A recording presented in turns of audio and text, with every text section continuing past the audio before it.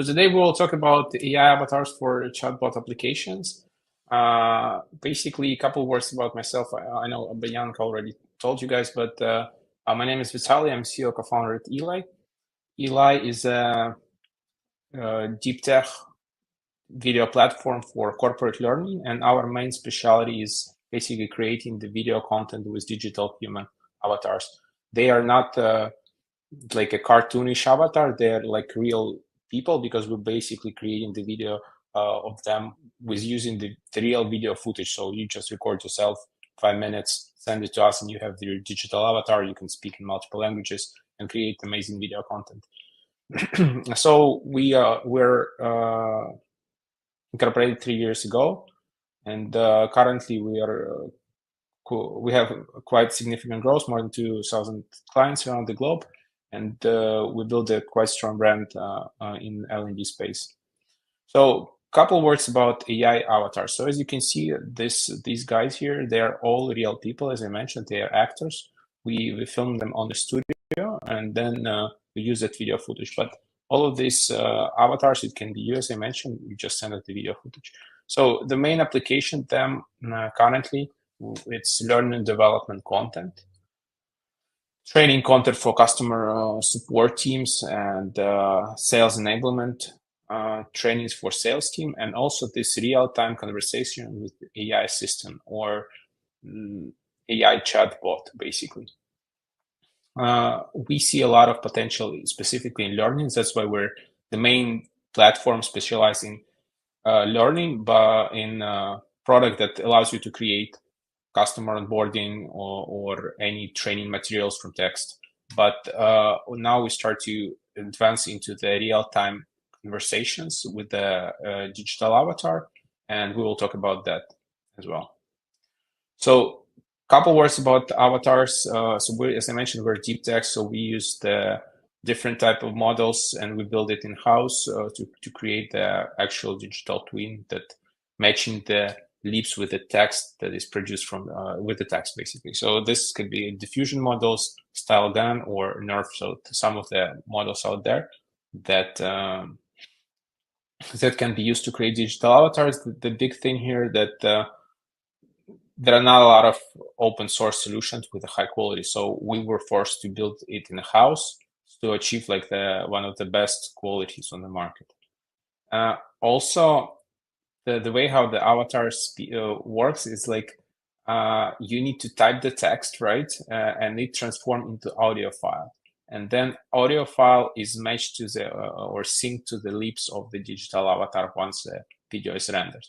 So it's like several components. It's not just just video. It's first to start with the text because you need to provide the text or generate the text, right? And then it transforms into audio, and then we sync the audio to the lips of the avatar. Here's just example of the AI avatar. Hi, my name is Gia. I am one of the Ally digital avatars. Check out my different looks. Business. Casual. We made sure I can fit in all types of videos. What will your next one be about? So I know that during such video streams, video might not work good. So if you guys interested, you can go and check eli.io and you will see a bunch of these examples of the digital avatars.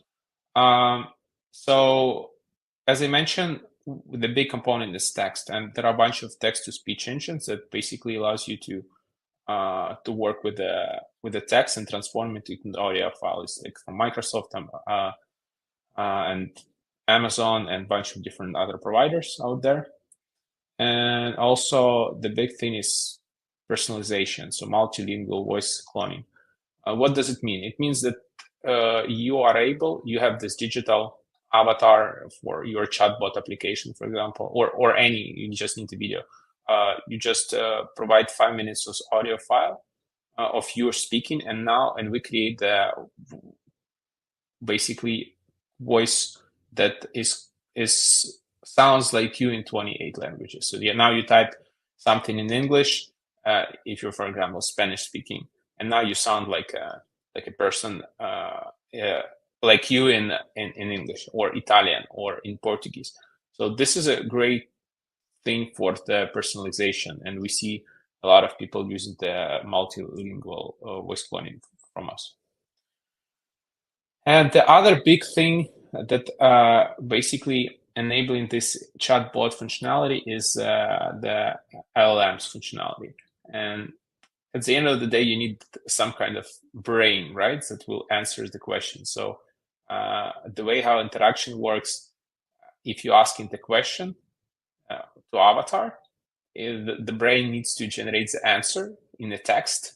So using LLMs, advanced LLMs, or custom trained LLMs, and then return this text into the video response. A couple words about the evolution of the chatbots. So the first chatbot happened in 1966. There are several big announcements, like in 2010, everybody remembers Siri. Then in 2014, we had Alexa, but they were not close to what we have now with the GPT, Claude, and other big players. And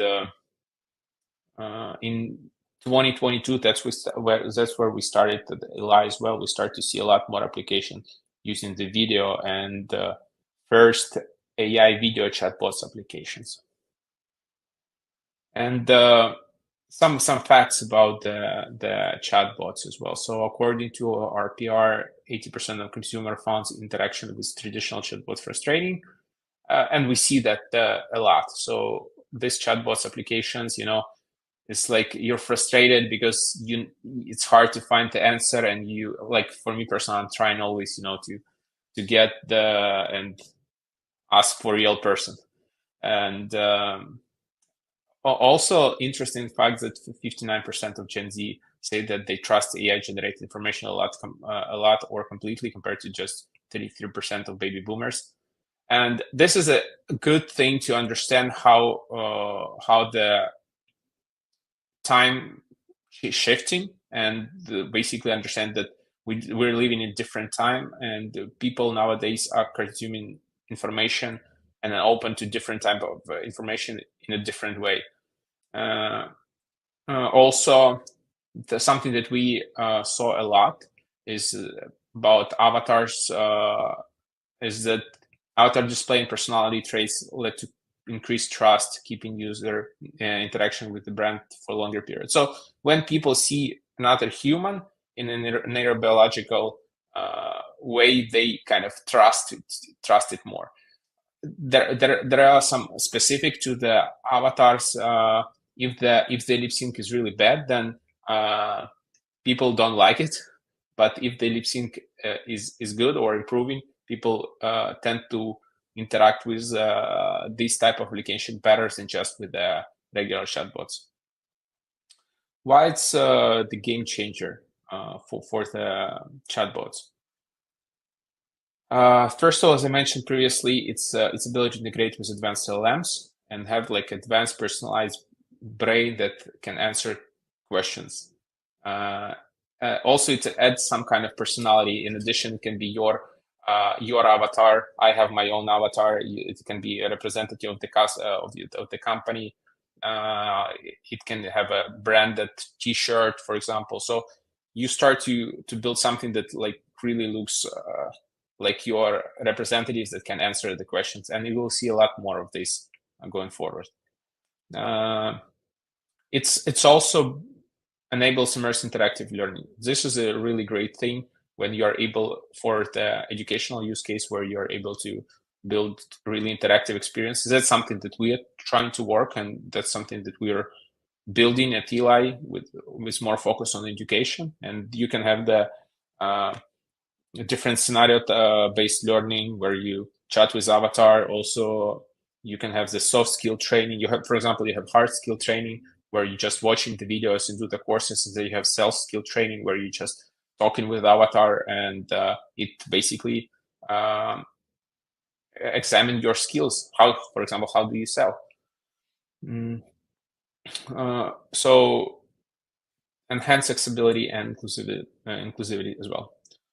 A couple of examples of chatbots application. For example, here you can see that this is our avatars that we made for one of the company in Middle East, and this is from picture from conference where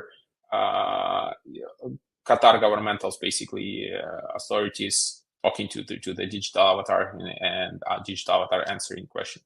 The big thing, this is a really complicated technological challenge. Like, to create avatars, this is insanely complicated challenge to create the base technology, like to create the model. But then the challenge here is to generate video response time in the fastest way possible. So right now there is still a delay, and I'll show you the example, but to generate like a real-time experience. So basically, so the people who asking questions won't wait for the reply for a long time. This is a technological challenge as well. Another example is just maybe you saw a bunch of these type of avatars, 3D avatars, 2D avatars. This is from Replica, where you can chat with a girlfriend or something like that. So there are a lot more of these as well. This is not our particular focus, but this is just an example. Another thing is for hospitality, different type of avatars in the hotel lobby. We are currently working with one company and doing pilot to provide exactly that. So in a hotel, you can ask questions, or in restaurant, you can ask a thing about menu, or if it's a hotel, you can ask where in the city you can find something. So it's just like AI assistant type of avatar. And so big thing that we developed, it's called real-time streaming API. And this is what actually enabling the real-time conversation with avatars. At the beginning, and the core product is related more on for the video creation, where you just created the presentation and click video, and you need to wait for several minutes or half an hour if it's really long to create the actual video and then watch it. But real-time streaming API allows you to do that real-time conversation. And I have example how it looks. This is just a short demo. I made it on the video, not live, because when sometimes if you stream like we do right now in the conference, if you stream, then you might have technical issues if you demonstrate your screen and do the talking to the avatar. So I just recorded this video. This is a quick demo of how AI real-time chat works, and let's start a conversation with our avatars so we could understand how you can talk to the avatar in real time. Hello, how are you doing today?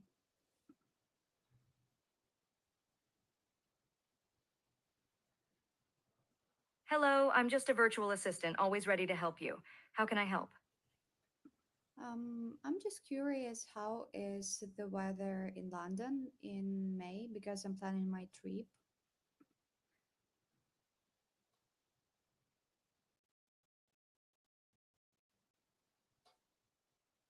Weather in London in May is usually mild with occasional rain showers. Enjoy your trip. Thank you so much. Goodbye. Yeah, a couple comments here. So as you can see, she was in a listening mode, so she was like waiting for the question. Then we asked the question, and there was several seconds for her to comprehend an answer. So this is like an early days demo. I think now we are doing a lot better in terms of the speed and the actual transitions. But just for you to understand how it worked. So yeah, there is a listening time, and then she answers, and yeah, so that's it. A couple of things about the conversion rates. Well, according to a report from PwC, chatbot avatars can boost conversion rates by 10-15% more than their text-only counterparts. The avatar makes interactions feel more natural, reducing friction in customer journey and encouraging conversation. That's totally true. We see a lot more engaging from avatars when we're talking about the comparison to the text. And that's something that related to the video in general. The video perceived much better than just the text. We did the big study how people react on the video in email and in email. And video outperform extremely outperform and basically perform much better than just a plain text in email. And like I think it was like 100% or something like that increase in just people wanted to watch the video versus just plain text. So there are two components here. So first, when people see the video, they interact better than just text, and then you have this digital human component as well. And one thing, that interesting fact, we talked with the neuroscientists about how people perceive specifically humans, and when people see different humans on the video, they actually the engagement rate is better by 35% just because of the human alone. So the human brain works the way that if you see the human, it means that somebody's watching you, and basically people thinks unconsciously that somebody's watching them, so they pay more attention to the video. That's why if you have some kind of human in the video, or some kind of video AI chatbot with a human, it will be automatically increasing the engagement. So yeah, we talked about engagement as well. According to Gartner, some facts, AI avatars can increase user engagement by 1.5 to 2 times compared to text-based chatbots. According to research by Gartner, people are naturally more down to visual stimuli, which avatar provide, enhancing the overall user experience and keeping user more engaged. And this is very big for education and healthcare. And according to Frontiers, in educational settings, AI avatars have shown promising results. Studying medical education and teacher education highlight how AI avatars can support contextualized instructional effectively. This is true. We have a bunch of companies who's doing the avatars for medical education and basically for onboarding or different type of materials. And also AI avatars have been used successfully for tutors and case-based anatomy learning environments. So education, healthcare, really big on that. And yeah, this is something that we are very excited to as well. Also, you can integrate avatars in different applications, not necessarily only chatbots, a bunch of different applications you can use Zapier for that. And yes, I think that's it. If you guys are interested to try, this is a promo code. Yeah, you can go ahead and try. That's it. Thank you, guys.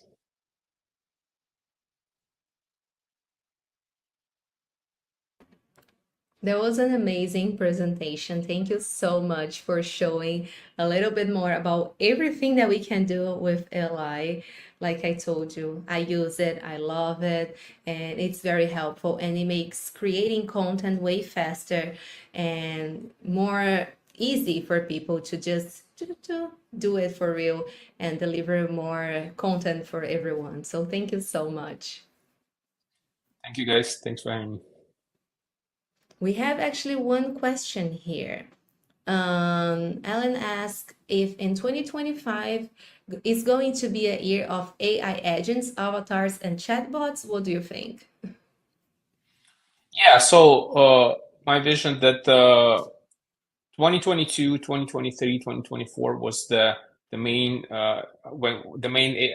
time when we start to see LLMs, right? The rise of LLMs. But 2025 would be around visuals and digital avatars as well. So you see a lot more advancement in that technology.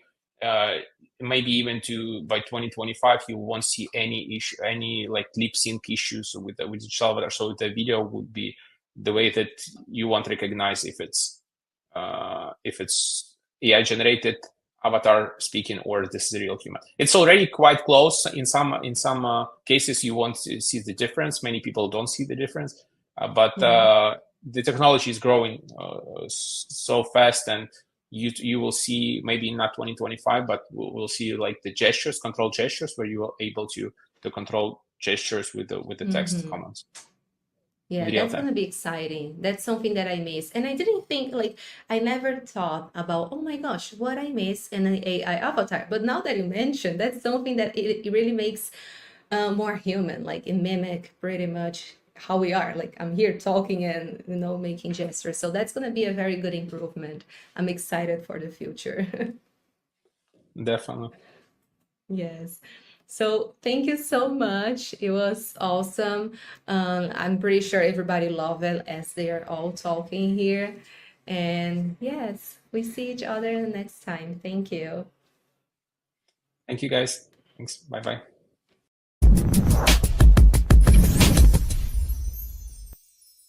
Today, I will share with you how AI can save 15.5 hours in your marketing life.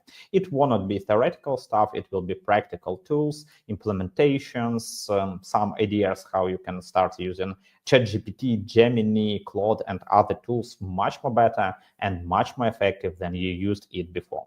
So as I've mentioned, 15.5, how we did get this digit first time. It was pretty easy. We asked ChatGPT how much time can be saved by AI for marketers, and we get this digit. Firstly, it looked like some fake. After that, we decompose this digit. We get a first table, first limitations, expectations, and we share this framework with our students during our AI creators course, and we've got the first results. We got the first students who told, yes, I've saved 10 hours per week, 15 hours per week, 20 hours per week. So it's worked. It definitely worked. And I'm happy to share this framework with you. I'm happy to tell you how using AI, you can definitely make your life much more easier, much more effective, and get more time for asking the question why, what was mentioned in Geneva many times. So I have pretty good tradition to connect with our audience during webinars. So everyone who joined me on LinkedIn, I will share with you a special gift. It's our top AI tools list. You will get the over 90 AI tools, really great tools that we are daily, weekly using in our marketing activities, our marketing strategies. And I will share with you the best practices, how to use some of these tools during these presentations. So let's connect, find me on LinkedIn, and I will be happy to share with you all these best practices one by one. A few words about me. I'm 17 years in digital marketing. I'm a Google Academy trainer, Gen AI enthusiast. As I've mentioned, more than 750,000 people already enrolled in my courses on Udemy. And if we talk about agency business with my partners, we've already worked with a huge amount of companies where we help with digital marketing with such great international brands as Coca-Cola, Johnson & Johnson, BNP Paribas, and much more. So my goal for today is to share with you the best practices. What do you need to know about Gen AI? Gen AI revolution is coming. For some of you, it's already on your home, but brace yourself and try to prepare.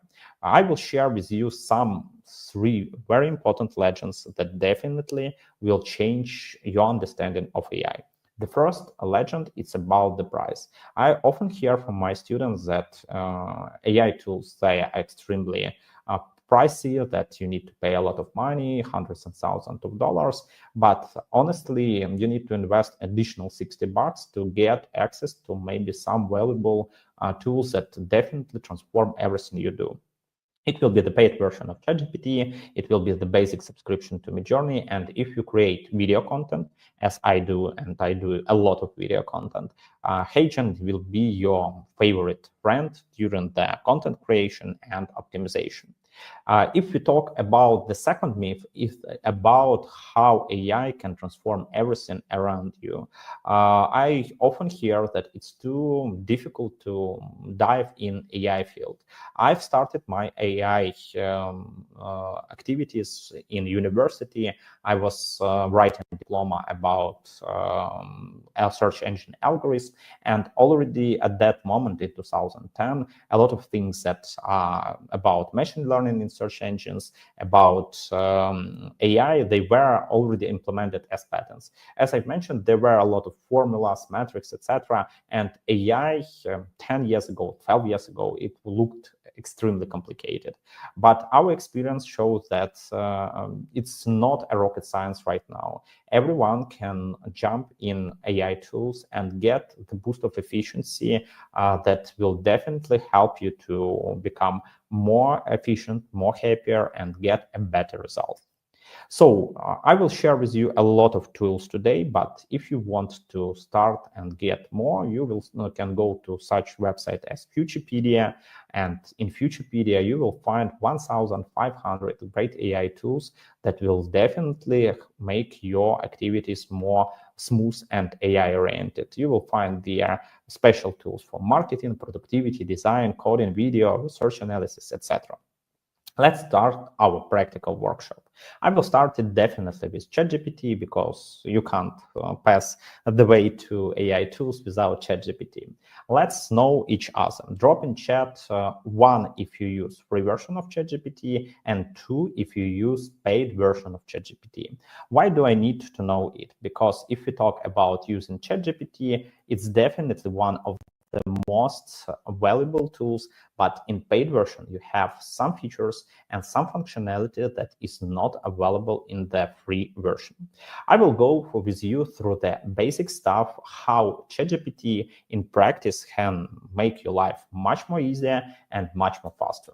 I will start with the question, what is digital marketing strategy? When you work as marketer, you think a lot about strategy, but if we'll try to summarize, strategy is always about questions, pretty easy questions that you need to ask on the regular basis. I will show you these questions in the format of pretty easy to use Excel spreadsheet, and we will go through all these questions one by one.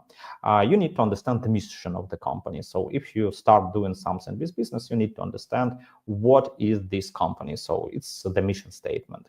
If we go further to the products, you need to understand the USP, its unique selling proposition.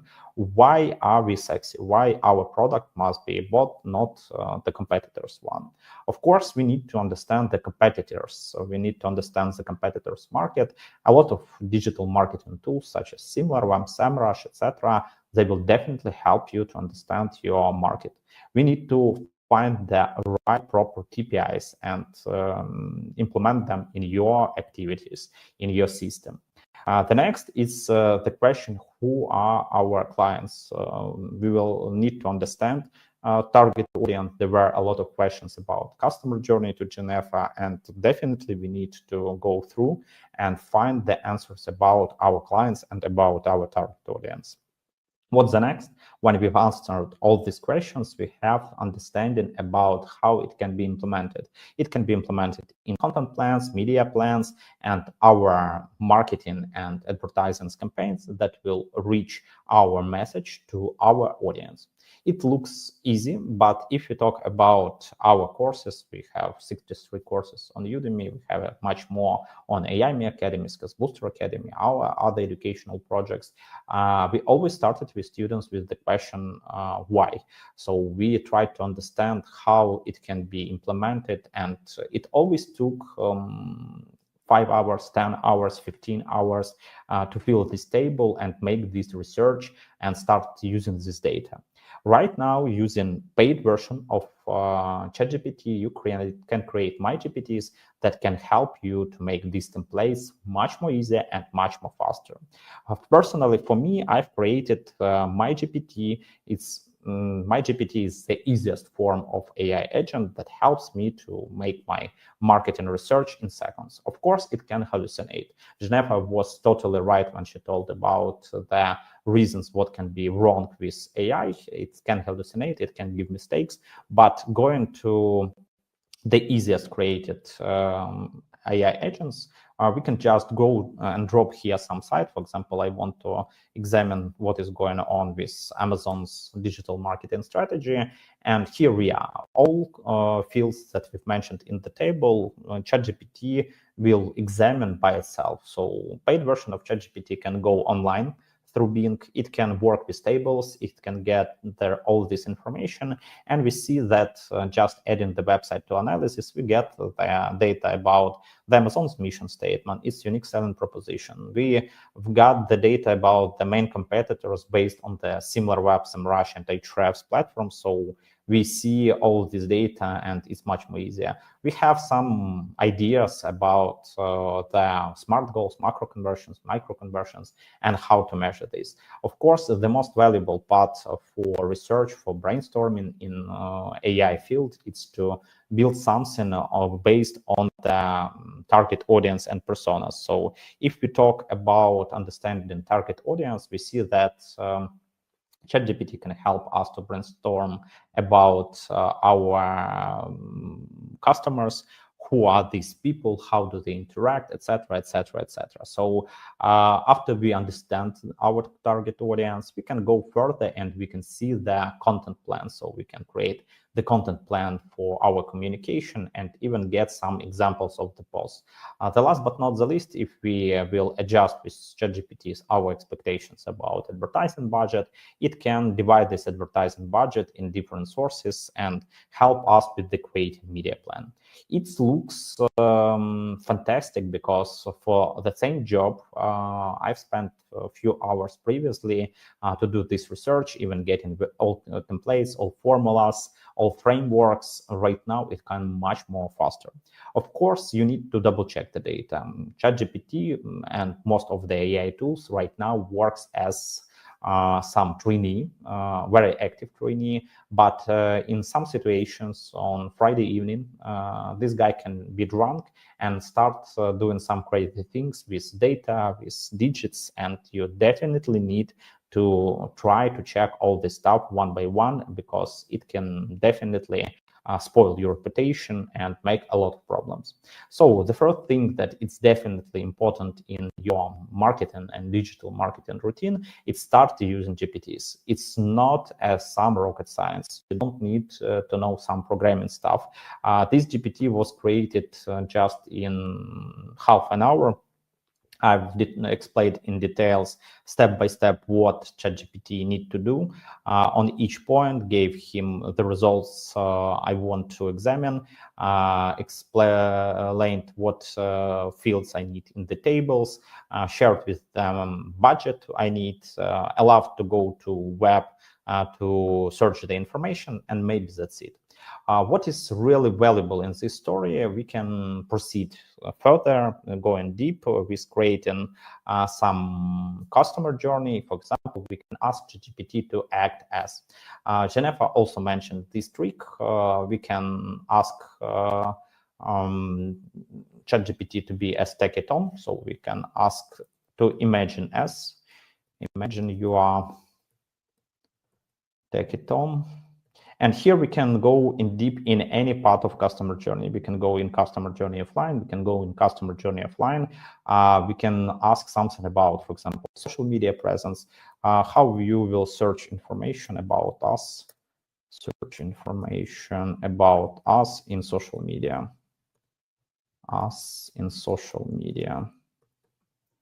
And you will get some hypotheses that will definitely help you to understand what platforms you need to be present, what type of content you need to create, what ideas maybe about hashtags, content plan, media plan, budget solutions, etc. All this information will be here.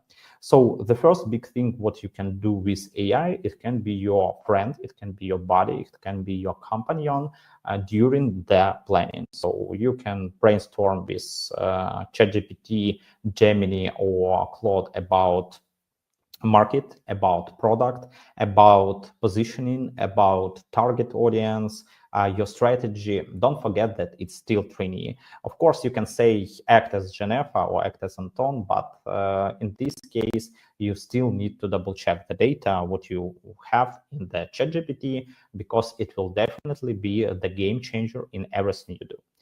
You see that I have a lot of different my GPTs in my left menu. So I will go further and explain what we can get with my GPTs in your challenge to save 15.5 hours in your daily marketing routine.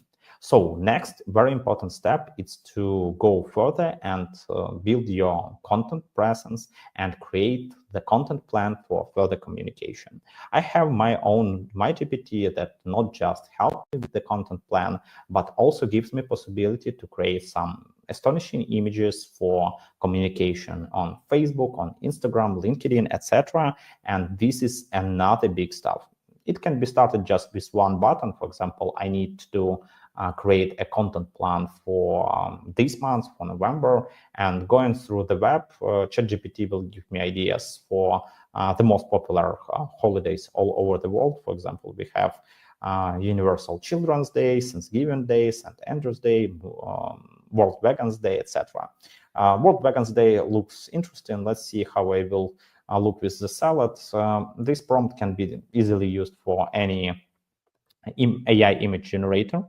So it can go through this stuff like Midjourney in Discord interface. And here we can definitely add some recommendations that will help us go through. We can ask Midjourney, imagine me, and let's see how it will work. What is definitely good with all AI tools, as I mentioned, the paid version of ChatGPT is just $20.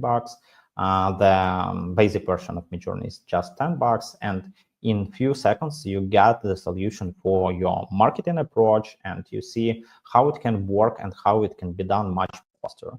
The problem with all these guys, they are not look like me. It's a problem because when I will try to change the face, it will be something similar, but definitely not me. But Midjourney helps me to create my online photo sessions. So that's how I can look for the World Vegetarian Day. And I'm cooking some really huge salads. So if these guys look similar to me, you can put in chat from 0 to 10. Is it the guy is me or it's someone else? So you see that ChatGPT just in second helps us to brainstorm ideas for content. It gives you possibility to discuss about trends, what is trending, to find these trends. You can monitor the content. For example, among my GPTs, I have my social media newsletter. I will show you what I've done. I've just asked ChatGPT to monitor exactly websites I need. So I need to monitor Social Media Examiner and the these two clubs. So these two websites I need to monitor. And if I want to find the newest trends, what's changed in LinkedIn, in TikTok, Facebook, Instagram, and you know that everything is changing on the regular basis. For example, I go to see the last updates of TikToks. It will go to check our library, and we have the integration, the Getty image, music sharing encasement, political developments, and the last articles with the links. So I don't need to go to web. ChatGPT will give me possibility to find the trends I want to share, and it can be done much more faster. If we talk about the practical tasks such as copywriting, it's definitely one of the most challenging stuff because you need to write a lot, and you need to write on the regular basis. So for this stuff, I have, for example, my LinkedIn helper. This GPT helps me to create posts in the LinkedIn style that I've mentioned, and I taught it. For example, as I mentioned, we are teaching on Udemy. So that's how we've met with Geneva, and we are moving to 1 million of students. It's our long-term goal in the next year. In this year, unfortunately, we will want to choose maybe 800,000 students may be possible, but let's see. For example, I'm preparing the content plan and I'm preparing the publication on LinkedIn for this digit when we've reached 800,000 students. What I will do, I will go to my LinkedIn helper, and it's enough to share here just that some digits that we have 800K students on Udemy. I can add that it's achieved.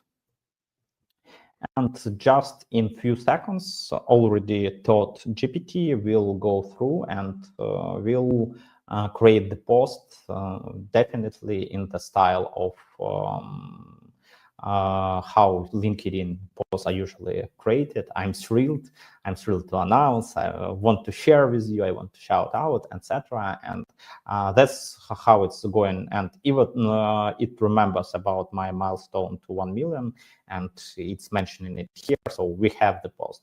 Of course, we can ask to create a picture for this post. And DALL-E will help us to create some content, and it can be done just in a few seconds, and we will get the basics ideas what we can use here for our further steps and further activities. So we see that small assistants like MyGPTs can help you in different ways. And here we see the bug that Jennifer mentioned. It's hallucinating. It's definitely hallucinating. I don't like the zeros, but it's okay. So we have MyGPT that helps us with understanding of a market.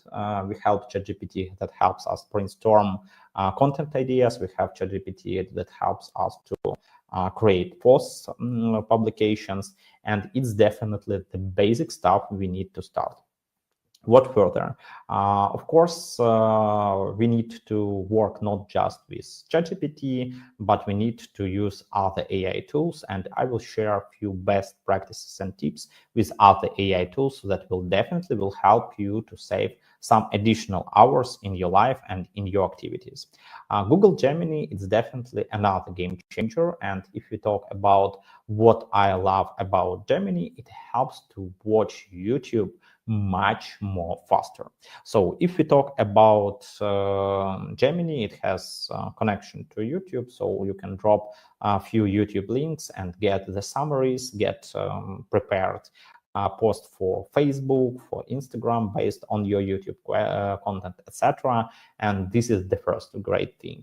If you talk about the image generation, everyone loved the cards that Geneva used in her presentation. And if we will come back to DALL-E, that we used here to generate my post and check the Geneva's presentation, definitely image gen, which is used in Gemini, it's much more better than DALL-E in image generation, at least at this moment. But at the same time, it's free. So you don't need to pay ChatGPT. You can use the free version of Gemini and you can generate some images per day for free. If we talk about another very important stuff that we have in Gemini, and it also has a great impact on your productivity, you can go through all this stuff and you can create images, not just with Gemini, but you can also integrate Gemini with your Google Drive and you can find information much more faster. If we talk about the third really great tool that we use on regular basis, it's Claude 3.5 Sonnet by Anthropic. And usually if we talk about our experience, about experience of our students, other marketers, these three tools, they are used on regular basis. And very often when you have some sensitive information, very sensitive request, you are going to at least two of them. Because if one will hallucinate, the second can give you the realistic information. If you need to check something really sensitive with your compliance, laws, rules, etc., you can double check and put the same request in all three tools, in ChatGPT, in Gemini, and Claude. So it's a good practice, which definitely must be checked before you will go further and you will make a deep dive in this stuff. I've mentioned that DALL-E is not so good in generating image. It's a part of ChatGPT, but if you talk about the reality, it's pretty easy to generate images exactly in the DALL-E interface. Some specific images with a lot of numbers, dots, etc., the number of fingers, it won't be ideal, but some easy images, photos, etc., DALL-E will generate pretty good. So we can ask it to create some image. I don't know, I love lemurs and slosses. They guys that already created everything, and they have the AI power, create photo of lemur. And we will get some photo Definitely, it will be not cartoon style. We can make this prompt much more enhanced, photorealistic with details, etc. But this photo is basic. This photo is basic. We will have Helena from OpenArt, our last speaker today. She will share much more best practices using different models and how it can be used and how it can be done. But if we talk of DALL-E as the part of GPT system, it's definitely worth to try to make your life easier and to make some photos much more faster. Among our students and among our clients, I've already heard about such practice when marketer creates some templates that he or she likes with DALL-E. After that, they send email to the web designer with phrase, guys, I need the same, but as human, but transform it and so on. We know that technical tasks is really difficult stuff for everyone. And when you have the idea, it's much more faster to visualize it with your own fast prompt. And after that, if it needs some changes, for example, you have 7 fingers or you have some issues with eyes or other stuff, what is regular in the most of AI image generation tools, you can definitely do it by yourself and check before you will try to implement somewhere. What is the next stage? Definitely Midjourney is game changer. If we talk about the image generation, Midjourney helps us to create a lot of great and astonishing images. In my own Midjourney account, I have just maybe a few pictures with myself, but a lot of stuff with my kids. I have 3 small kids. They love Midjourney because each of them have their own favorite book or film. For example, the older daughter loves Harry Potter, so you understand that maybe it's Hermione Granger. The smallest one loves Spider-Man, so we will get this guy and we will have its ideas about Spider-Man and activities. The middle one don't think that this is Stitch, but everyone who knows how to act with kids, it definitely works and definitely will love this stuff. So if we talk about the image generation, how to save time and make your life much more easier as marketer, I definitely recommend you to invest 10 minutes in $10 in Midjourney and invest some time to learn the basic prompts, basic recommendations. But in our courses, in our AI creator course, we teach you not to remember prompts, not create a library of prompts or your own Bible of prompts. We teach you how one AI, for example, ChatGPT, can help you, can assist you creating prompts for another AI, for example, for Midjourney, Runway, HeyGen, Kling AI, etc., and deal with all this stuff on the regular basis. Getting these astonishing pictures, we can move forward and we can go to the next step. We can make all these pictures live.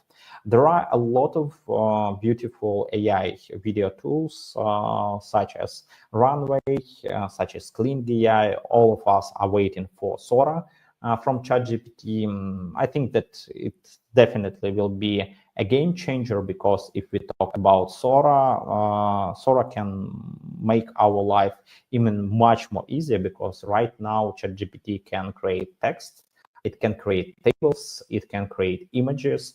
If we will get Sora as the part of ChatGPT product, nobody knows will it be, etc. Such astonishing stuff when you are prompting a stylish woman walks on the Tokyo street, and this woman will make a live. She will go live and start walking. It will be definitely great, and it will be definitely astonishing. So let's wait for this woman. She will be really great activity. Yeah, she is walking.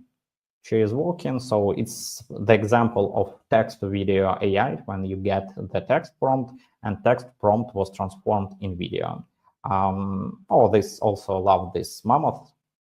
They are beautiful. They are running the snowy stuff. But while everyone is waiting for Sora, Runway and Kling already did it.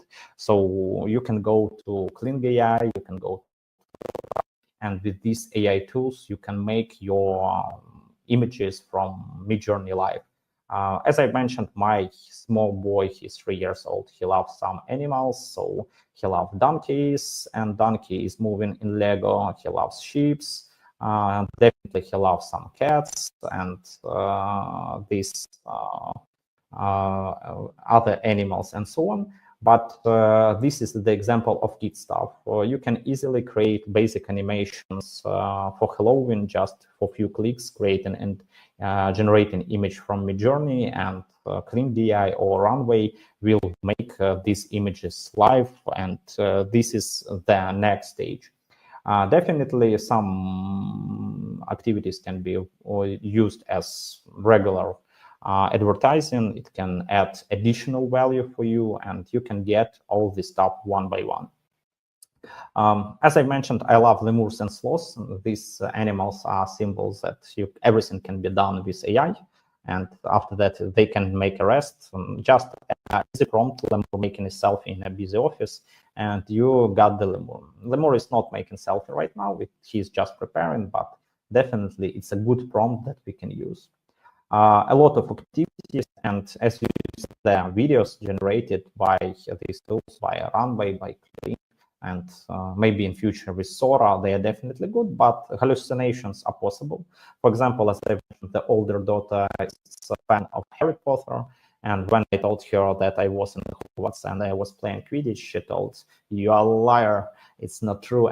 But I need to generate this video. It's not very realistic, it has its own bugs, but it's an example definitely of some type of hallucination. So guys, as I mentioned previously, we have a lot of astonishing AI tools that can make your life much more faster, much more easier, and much more effective. Maybe one of the last tools that I've shared with you before I will go deep in activity. These tools saves for me at least 5 hours per week, as I record a lot of content by myself. It's Heijen. Heijen is the most powerful AI tool in the field of AI avatars.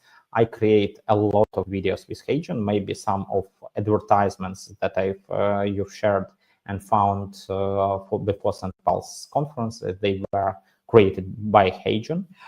It's definitely easy to create video. You need just to go to your avatars and check which avatar you like. For example, this one. And with this avatar, you check the type of video you want. It can be landscape, it can be portrait. You just drop, copy, paste here the content you want to share. For example, welcome to the new era of video creation with Heijen, and submit. In a few minutes, you will get the video that will save you a lot of time in the process of filmmaking. I use it in many activities because the video you got with Heijen, it's realistic. It's realistic. It still can be marked as 8 from 10, 9 from 10, but it's definitely pretty good in generating images, video, and so on. Implementing all these tools in their strategy, in their activity, our students already saved a lot of time. When my students came to the first exams with the Gamma app presentation, I was fascinated. What is Gamma app? Is the way how you can create a presentation with AI for seconds. One of our first students finished her exam with AI avatar by Heijen. It was really fascinating. But such examples, they are just started. There are a lot of great other examples how you can implement AI in your life and your activities. Guys, I see a lot of questions in the chat, so I maybe will finalize and give you some another, and the last, my favorite tool among the AI tools is Sendpulse. We use Sendpulse as partners maybe for 7 years or 8. The guys from Sendpulse will help me to recall. We started to use it when it was not AI tool. We started to use it for email marketing, for chatbots, as CRM, as LMS, and right now we also use its AI-powered possibilities in chatbots, because you can connect to Sendpulse chatbot OpenAI, and your communication with clients, your customer support can be much more faster and much more easier using AI tools. So the last but not the least, what I definitely recommend you to do is if you want to make a deep dive in AI, if you really have possibility to change your life and you want to save 15.5 hours per week with artificial intelligence, I here recommend you to join to our new course with 87% off. We decided to start Black Friday a little bit earlier. Today is just 20th of November, but the Black Friday sales for us is already started. So get the course for just 37 bucks and learn how you can use all these tools, how you can implement them in your life and your activity. You see the QR code, you will get the link and special offer in chat and the final newsletter for the all conference participants. AI Creator course is not just about tools. It's about the change in your life, how you can be more efficient, more faster, more creative, and spend times not on doing some marketing routine, but on changing everything around you. Our students already shared a lot of the case studies experience, and I will be happy to have you on this course and change your life too. As I promised at the beginning, for everyone who joined to me on LinkedIn, you will get a lot of another great pieces of content about AI. We just launched our free webinars. The first free live webinar will be just in a week. So use this QR code, go to our YouTube channel and subscribe to it. Don't forget to click notify me button because it will help you. Don't miss the possibility to learn how you can build AI in your life, how you can turn it a new profession that can help you to earn additional 1.5K per month. All this stuff will be in our webinar the next week. And if you want to really learn more about AI with the great guys, I have already 1, 2, 3, 4, 5, 6, 7 podcast episode on the January Revolution podcast. Geneva will be the next guest we will publish. So if you loved interview with Geneva, the first my recommendation is to go to our YouTube channel. Just type in Anton Boranyuk on YouTube and subscribe. Maybe you will be definitely interested to see the podcast with Prasad Raje, with CPO of Udemy. But here you have a lot of topics about how to use AI avatars, about AI in sales, AI in marketing, and AI in mail marketing, and so on. So this what you will be definitely benefit from this stuff. The last but not the least, it's our checklist. Guys will share the additional gift from me with everyone who joined to me on LinkedIn. Who didn't join to me on LinkedIn, please do it using the QR code. And maybe I'm ready to go to the questions. We will have just 5 minutes to the questions, and I will be happy to answer all questions you have. Guys, as I've asked you to mark and to put marks for Geneva's speech, I will ask to put marks for me. Please put from 0 to 10 in chat how useful it was. I will be happy to learn your feedback, and let's go through the question. We have the first question from Nadia. If someone isn't using AI in 2024, are they already irrelevant? How can they recover before it's too late? It's a good question, Nadia. Honestly, Udemy survey for business clients gave us a great data that 70% of professions will be totally changed till the end of 2027. So the good answer is that you have at least 3 years, while the landscape of regular professions that we have right now will be totally changed. So you have the time. Getting some deep learning about AI in our AI Creator course on Udemy, on Coursera, by practicing AI tools. It's always about practice. As you see, I was not theoretical, guys. I'm using these tools on a daily basis. I asked my team to use them. I asked my team to try to do all tasks as AI first. So it definitely what you need to be focused and you need to do in your daily regular routine. We have the next question from Julia Gentila. What are the most valued AI skills for the future? Is there like a top 10 to aspire to? Julia, it's a great question. If we talk about the main top AI skills, it's definitely about how you will use AI in your sphere and your niche. I will definitely recommend you to rewatch the Jennifer's talk if we talk about the marketing, all stuff that she mentioned about analytics, segmentation, content creation, strategic briefing, etc. It can be actual for marketing. In sales, we have our own skills. In the learning and development, our own skills. In management, our own skills. So for each topic, you have your own number of skills. In AI, that will be definitely active. If we will try to talk about something universal, it's maybe the basic prompt engineering. It will be helpful to understand how it works.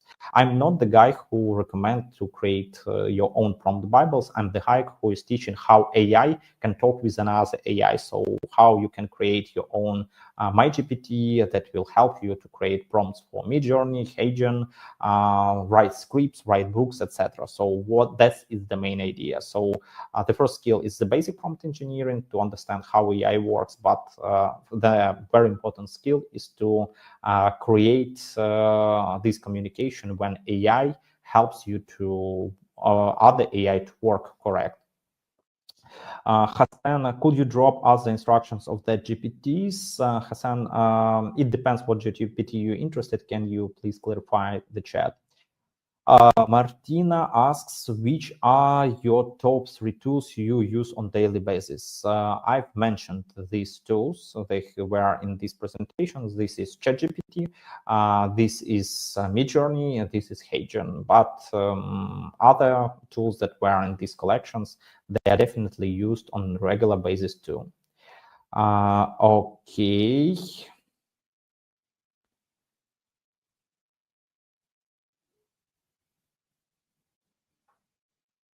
Okay, we see some comments. This was comment.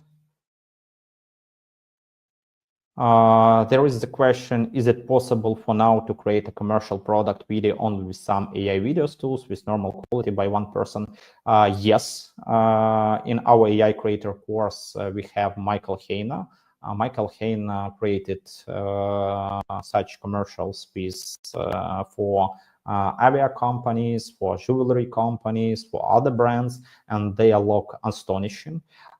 They look super realistic, and it's not fast process. For some videos, he spent like 3 weeks for 30 minutes, for 30 seconds video, but the result is really, really great.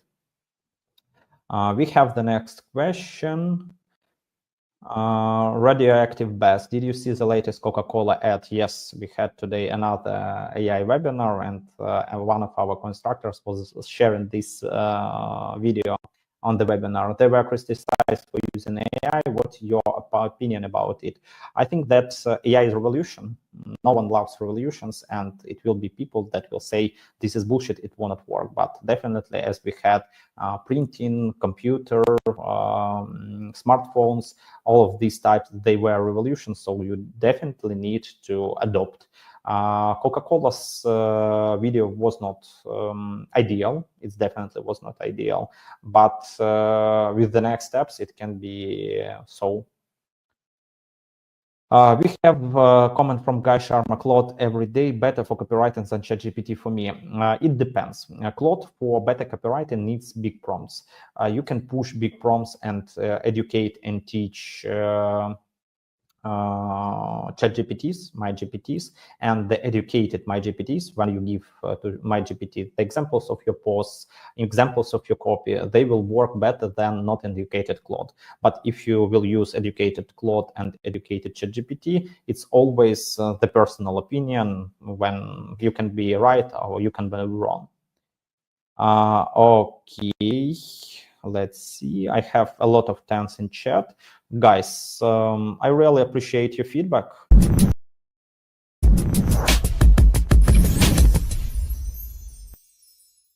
Hello, guys. Welcome.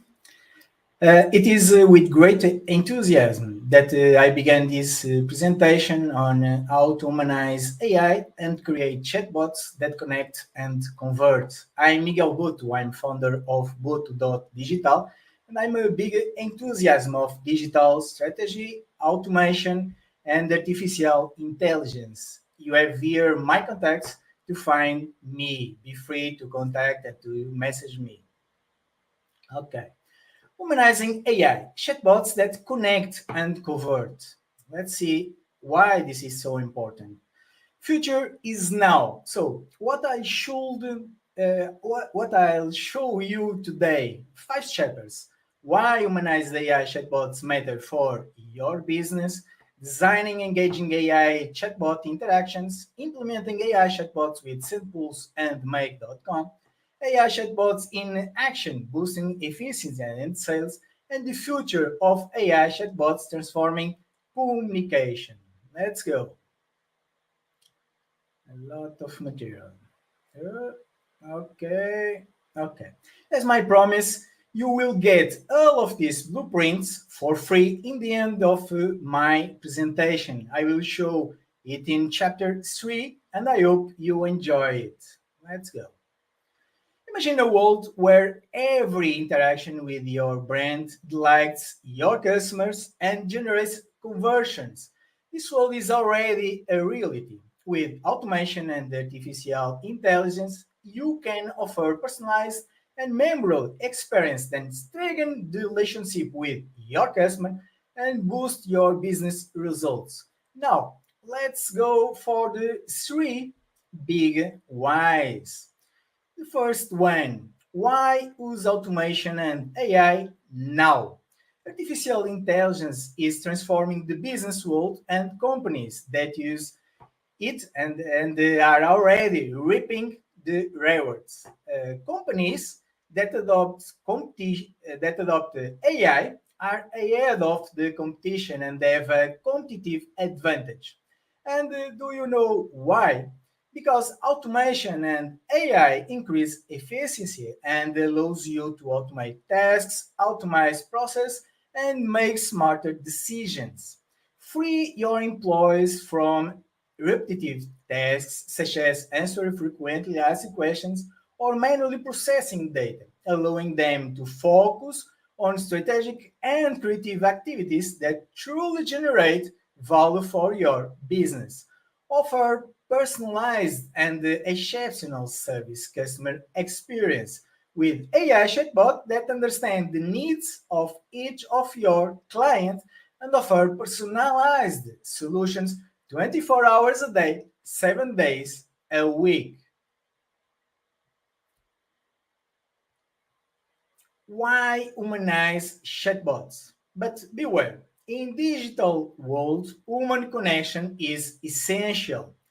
Humanizing your AI chatbots is the key to generating trust and loyalty, creating emotional bonds with your customers, and turning them into true promoters of your brand with customer satisfaction and happy to repeat business.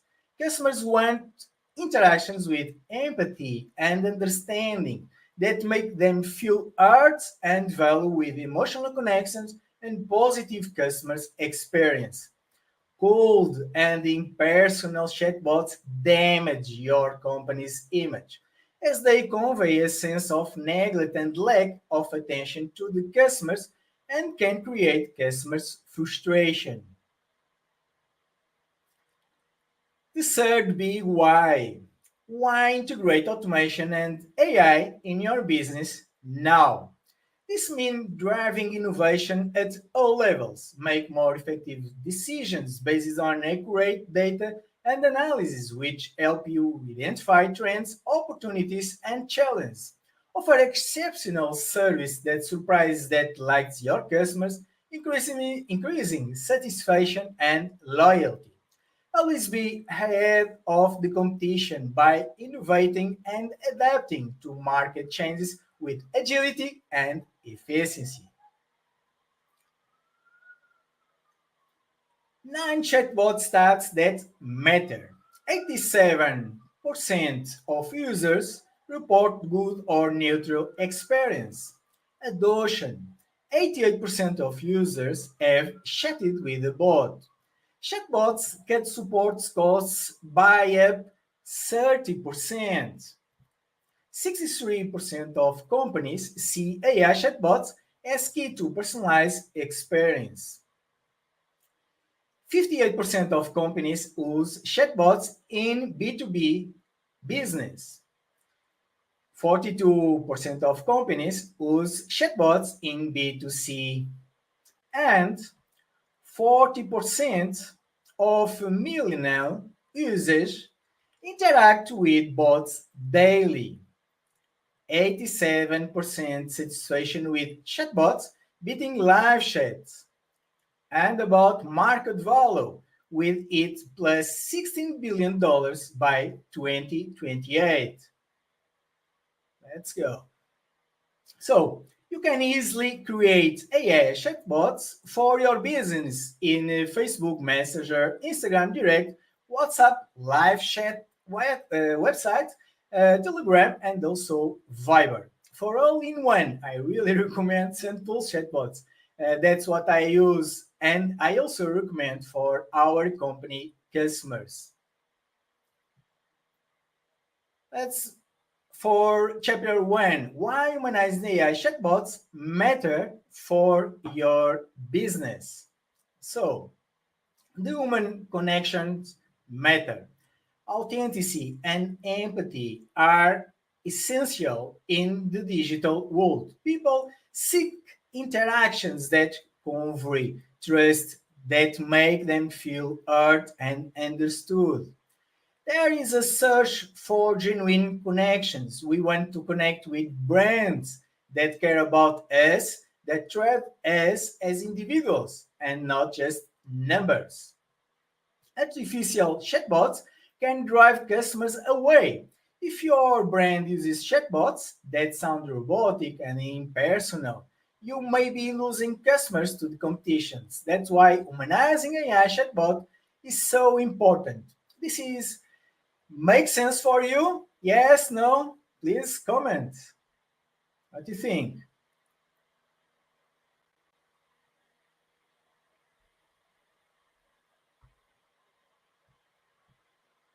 Okay. A great example of how personalization and humanization can impact the customer experience is the Sephora virtual artist chatbot.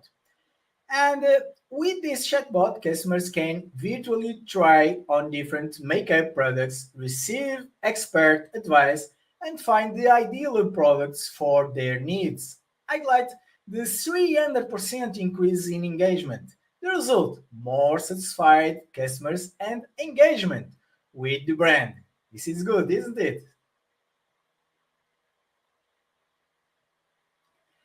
AI chatbots evolution and automation. AI is transforming the world of chatbots, allowing them to understand natural language and communicative in a more human way. With AI, chatbots can go beyond answering sample questions and performing basic tasks. They can interact more naturally, offer personalized solution, and build relationship with customers. Humanized. Oops. Before that, just let me finish this.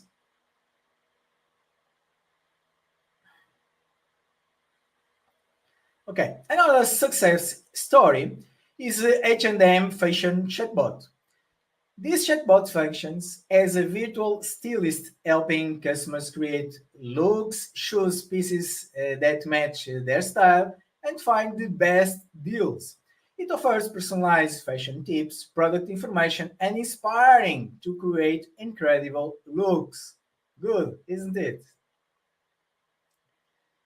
Personalizing communication with the customer is essential to create stronger and lasting connection. Use the customer's name, consider their purchase history, and offer personalized solutions to their needs. Showing empathy and understanding is fundamental to building trust and customer loyalty. Remember, your customers want to feel person. Designing engaging and AI chatbot interaction. Let's go. Conversion design, the art of connection. Natural and fluid dialogues, as if your customers were talking to a friend. Imagine instead of robotic and impersonal responses, your chatbot converses with your customers in a light and spontaneous way, like a real person. Clear and objective language. Speak your customer's language. Be clear, objective, and get straight to the point. Avoid technical jargon and complex sentence. Engaging visuals. Who said chatbots have to be boring? Use creativity to make the interactions more engaging and memorable. Include image, gifts, and videos. Quick and intuitive response. Make your customer's life easier. Offer clear and objective options to your customers so they can navigate the conversation quickly and easily with buttons and interface menus. An example of a company that masterfully uses conversational design is DoorDash. With DoorDash chatbot, customers can place orders, track deliveries, and resolve issues quickly and intuitively through a simple and efficient conversational design. Artificial emotional intelligence with digital emotional AI chatbots that detect emotions. Your AI chatbot becomes able to read between the lines and understand what the customer is feeling. Sentiment analyst for personalized responses. Imagine your AI chatbot reading a customer's frustration and responding with a welcoming and understanding message. Good, isn't it? Empathy and human connection. Empathy is fundamental to building strong and lasting relationship with your customers, even in this digital world. Other great example is Lemonade, an insurance company, uses AI chatbot that recognizes emotions such as frustration and worry, responding with a message of a sentence and understanding. In the delicate moments such as claims resolution, empathy makes all the difference. The Lemonade AI chatbots offers emotional support to customers, helping them deal with difficult situations in a more human and welcoming way. Empowering your chatbots with advanced AI. AI tools and models for AI chatbots with OpenAI. Your AI chatbots become even smarter than more powerful. GPT from OpenAI for personalized and relevant responses. Imagine fluid and engaging conversations as if your customers were talking to a real person. Automatic translation for different language. Break down language barriers and expand your horizons. Serve your customers from all over the world. Data analysis for insights. Transform data in valuable insights. Understand your customers' behavior and improve your communication strategies. HubSpot, technology company, is other excellent example that uses an AI chatbot that integrates GPT and OpenAI model to offer real-time customer support. This AI chatbot is able to answer complex questions, provide personalized solution, and offer an exceptional service experience. Did you enjoy these examples? Let me know in comments. There are a little delay here, but I can read.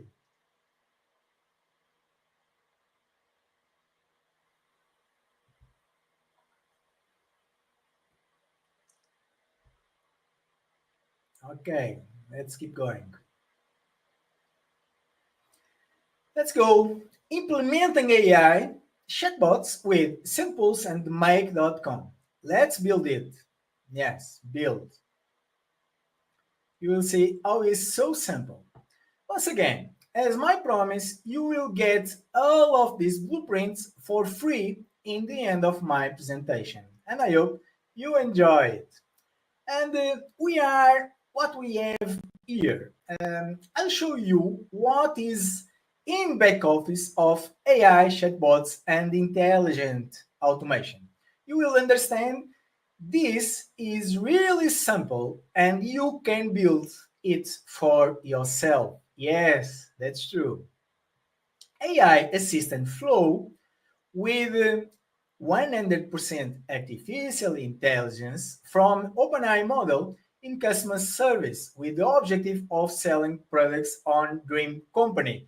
This is one example. Mind map with strategy flow that is really important in flows. And the AI WhatsApp chatbot flow to deliver all of these blueprints of my presentation will also serve as an example of what you can build with intelligent automation and AI WhatsApp chatbot in your own business.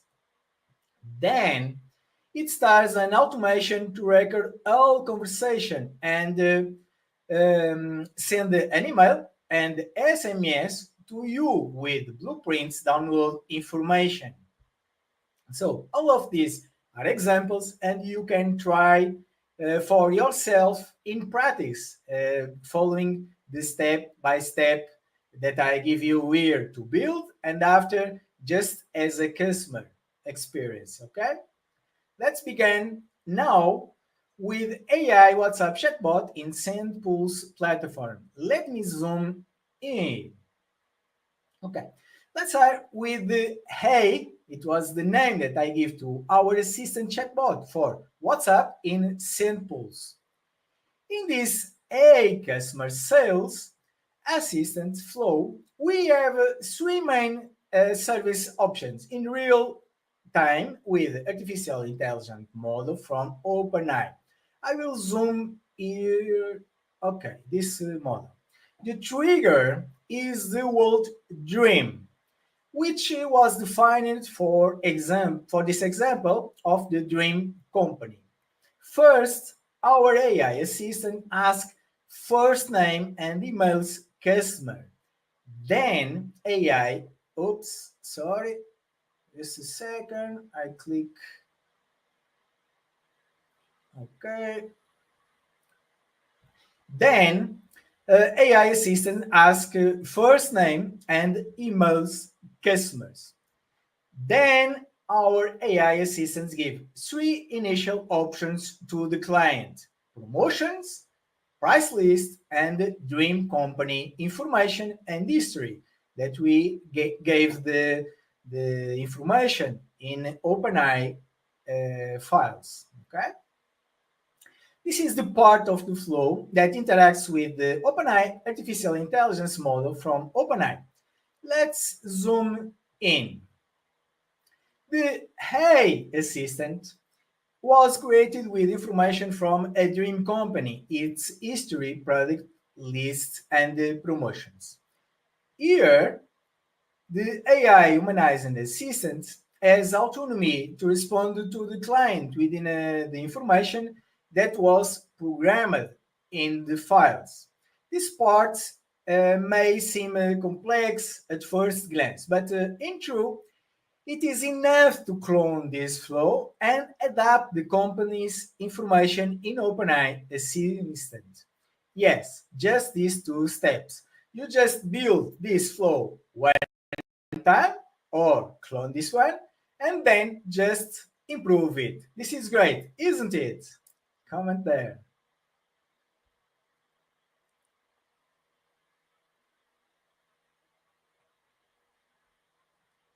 Okay. This is the final part of WhatsApp AI chatbot flow. Let me zoom in. In this final part of the WhatsApp chatbot AI assistant flow and the end of the conversation with the client, a total of the information will be recorded in the company's database that can be in Sendpulse or your preferred tool, as I will show in my second example. And then finish with the Botia menu, that is my virtual assistant.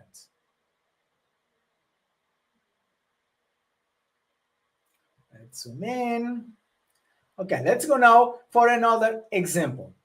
This mind map flow is for your better understanding how to build an AI WhatsApp chatbot.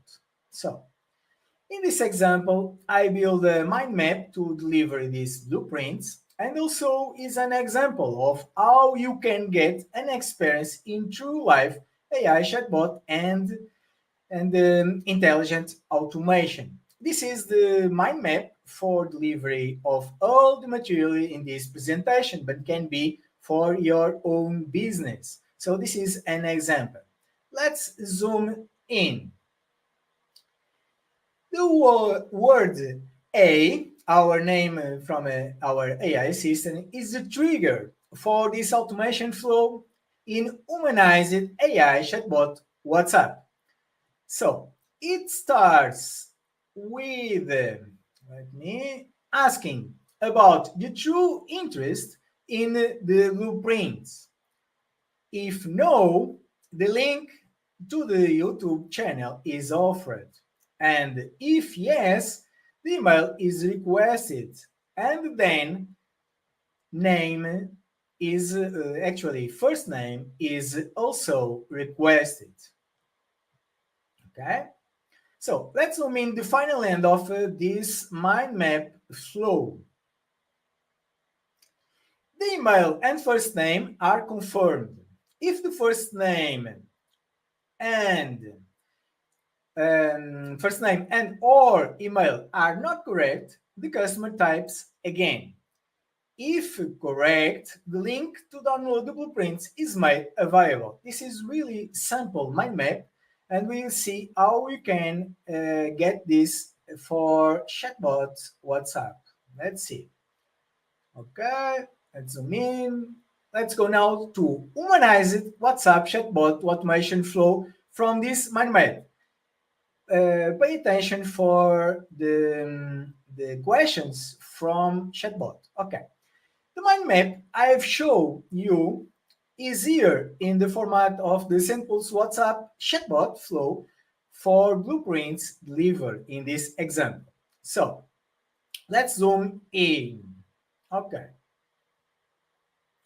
All chatbot text is humanized and with natural human language of your customers. You also should include emoji and jokes. When you try this flow in practice that I'm showing you now, you will understand what I'm saying in practice. You will feel the big difference of humanizing language. So what I mean is your humanized chatbot should talk as your customers and not as you talk. Do you understand this difference? Yes? Okay, I hope so. Good. This flow starts by confirming interest in the material. If no, chatbot asks, really? Or are you sure? This is humanized language, not robotic. Do you agree with me? Makes sense? Yes? Okay. After, the YouTube link is made available in this example. And if yes, the email is requested, and then the first name is also requested. Okay, let's zoom in.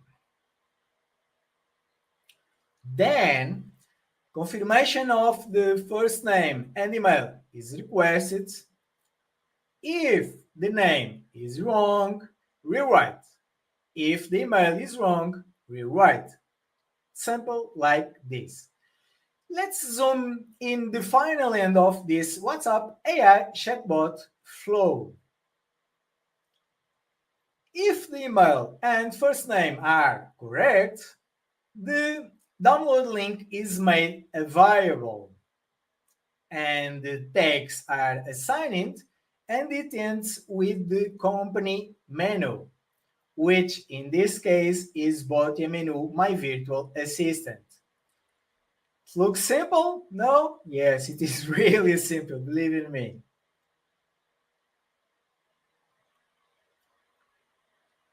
Let's go now to make .conf flow automation with no code platform. And what we can do with this. This is the automation that allows you to archive the conversation data in your own tool or software, in addition to the data that is recorded in Sendpulse WhatsApp chatbot. This is the mail.com no-code automation software. Yes, you don't know to need anything about programmation. No, it's no code, believe me. Simple and practical to use it for yourself. Yes, for yourself. When you try it, you never will want other no-code automation. Let's zoom in here. This flow starts with the end of the WhatsApp AI chatbot with delivery link blueprint that we have looked at before. Let's take a look at other examples to use this automation. First, it receives all the information from the communication with our WhatsApp chatbot. Yes, this is automation. We don't do anything to get this automation on. So then it archives it in our own database, which can be a sample Google Sheets or another tool like Notion, Monday, ClickUp, or Airtable. And yes, you can be actually can be other tool or software with API. You just choose it, but with API. This is the most important. Okay? It's okay? Cool. Okay. Let's zoom in the final end of this automation flow. Afterwards, it sends an email and the client with a summary of the conversation or a list of purchased products, for example. After, it sends an SMS by Sendpulse platform. Yes, Sendpulse have a lot of tools. One of those is SMS, other is chatbots, and other is email automation. Okay, and in this SMS will inform the client that the order is being processed, for example. And yes, you receive SMS from who? From big companies. Yes, that's true. But you can do for yourself. And is this example make sense for you? Let me know in comments if it makes sense or not. We are with a little delay, but I will read.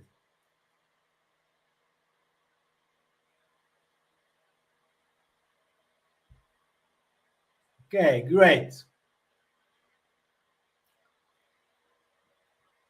Now, you will experience in practice all of this automation flow when you get your free blueprints for this presentation.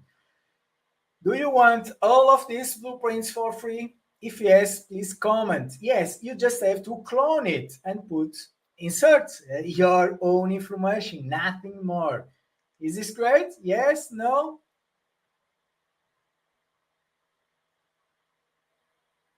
Okay, great. Let's go to a new chapter.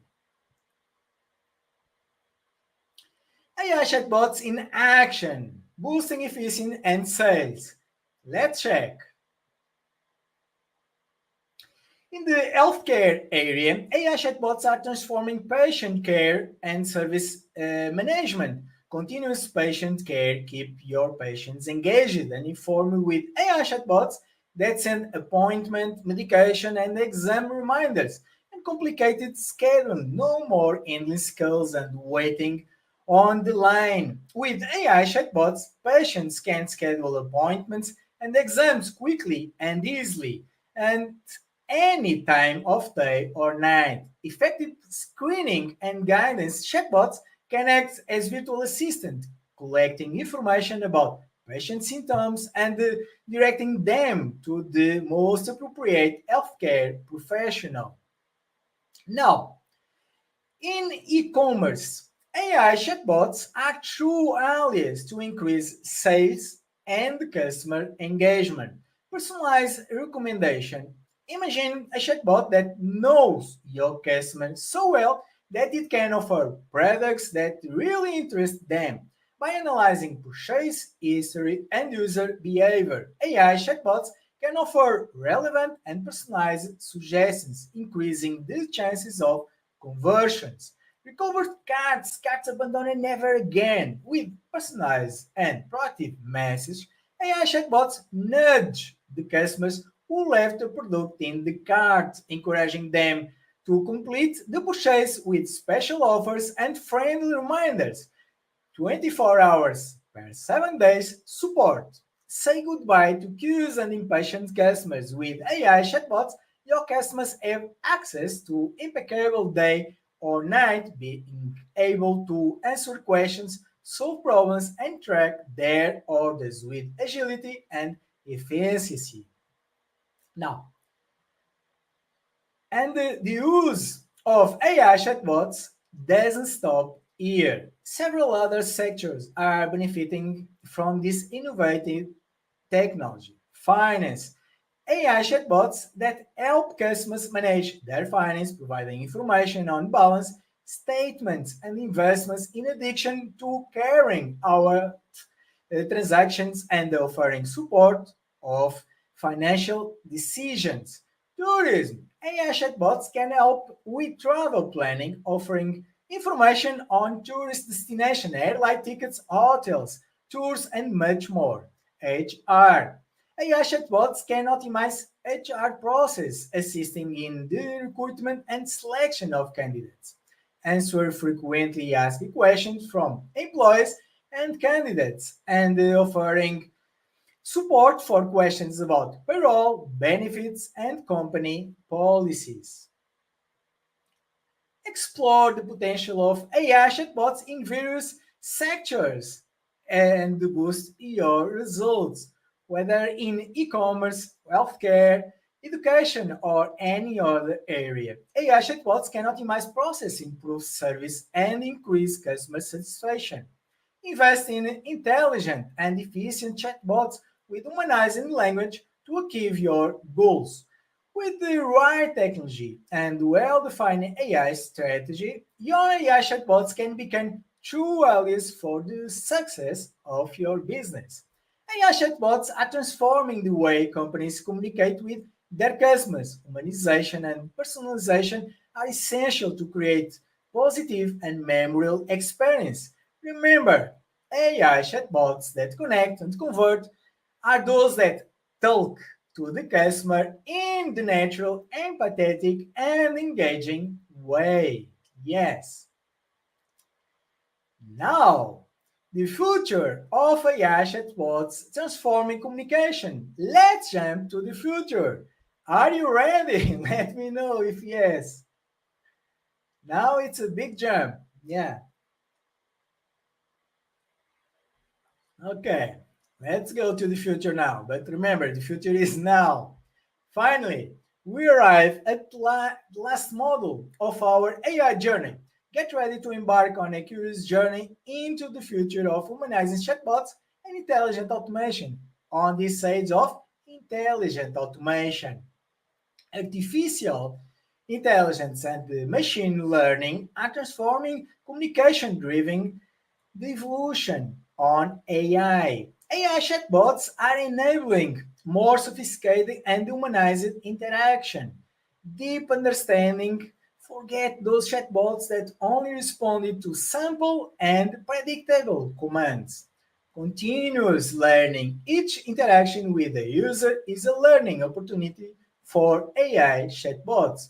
Personalized experience with AI chatbots collect and analyze data to offer personalized and individualized recommendation of service for your customer.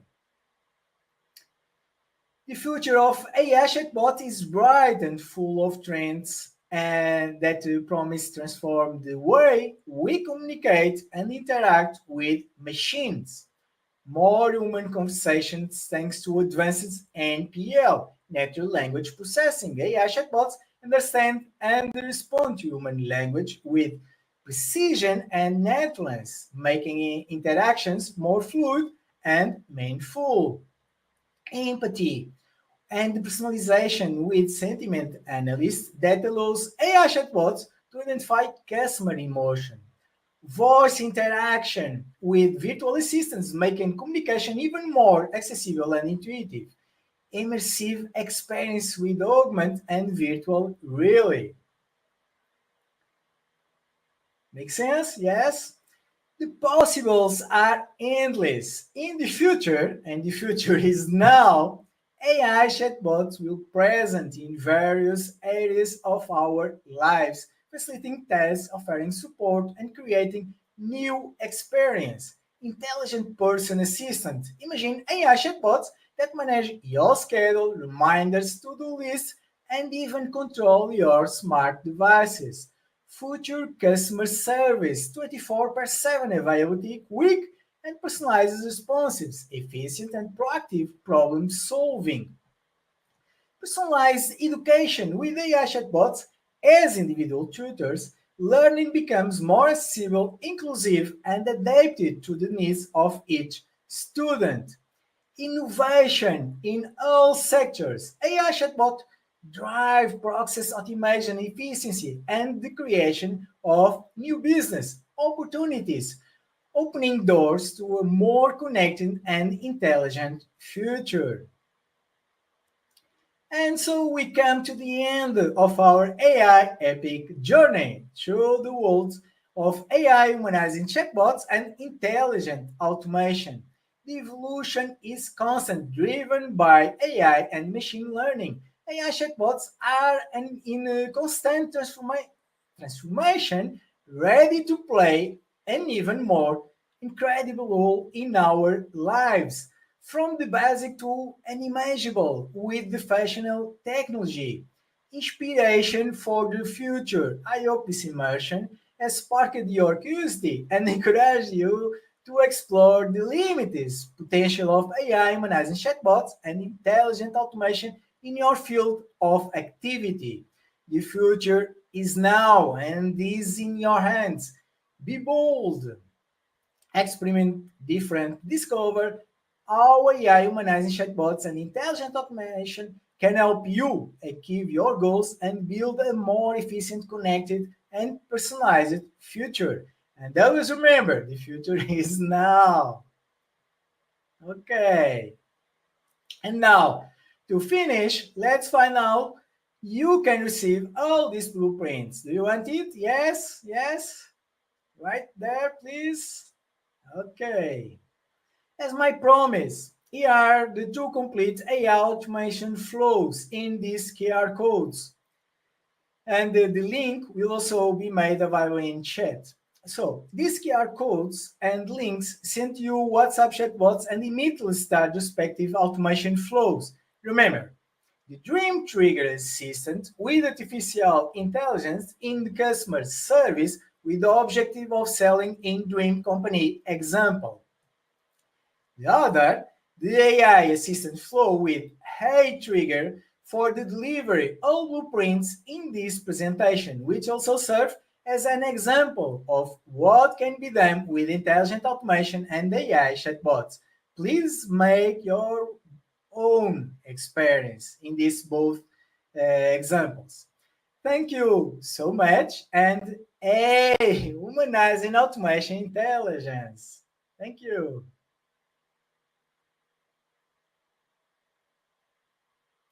That was amazing. I love it. I love it that you showed Yeah. examples, and I saw the people in the comments, they were like, "Oh my gosh, is that simple? Is it really simple?" It Yes. is. It Yes, is. it is. It is really simple. Yes. Yes. It's amazing. Let me check here if we have any questions. I love that people are already interacting with you during It's great. the talk. So Great. I think from what I can see, oh, someone, Afonso, he asked here if the record of the section will be available. Yes, it will. In the middle of the conference, we will share with you all how to access everything and listen to Miguel all the time because I know it's simple, but it's a lot of information as it should be. Right. Is it? And people can go back and forth and take notes. Yes, So, sure. yes, Yes. guys. And you also add But in for practice my flows. Yeah. yes, that would be amazing, chef kiss. From Nice. what I'm Good. seeing here, people don't have any questions, which is Okay. also great because your explanation was amazing. And Okay. Great. everybody thanking you for your explanation, for your time, and me and Sandpost also thank you for Thank you so not much. only like being here and showing everything to everyone, but to have like samples as a tool that you trust, and that means the world to us. So thank you Right. so That's true. much, Miguel. Yes. Thank you, Bianca. Thank you, Sendpulse. Yes. Thank you, everyone. And enjoy this conference. Yes. It's a lot of Yeah. valuable content. Yeah. Thank you. Yes. Thank you. See you soon. See you. See you. Okay, great. Thank you so When much. we jump right into it right now? Yes, please Ready? feel free and Okay. thank you so much for your time. Also, thank you so much. Thank you, Sendpulse. Thank you, everyone. Good morning, good afternoon, good evening, wherever you are, wherever you're from. My name is Arville Craig, and I'm excited to talk to you all about my perspective on AI, a very specific and unique way of looking at AI. I mean, we've got so many different experts, so many different professionals sharing different things. I have a very specific way that I choose or normally present information. We've got about, 30 minutes? I got my timer set for 25 minutes. I definitely want to have some time for Q&A. So feel free to ask me any questions if you have any. And hopefully I can share my screen without any issues. And I will hope for the best. And we will get right into it. Let me go here, And all righty. So my screen is shared. Make it a slideshow. Great, awesome.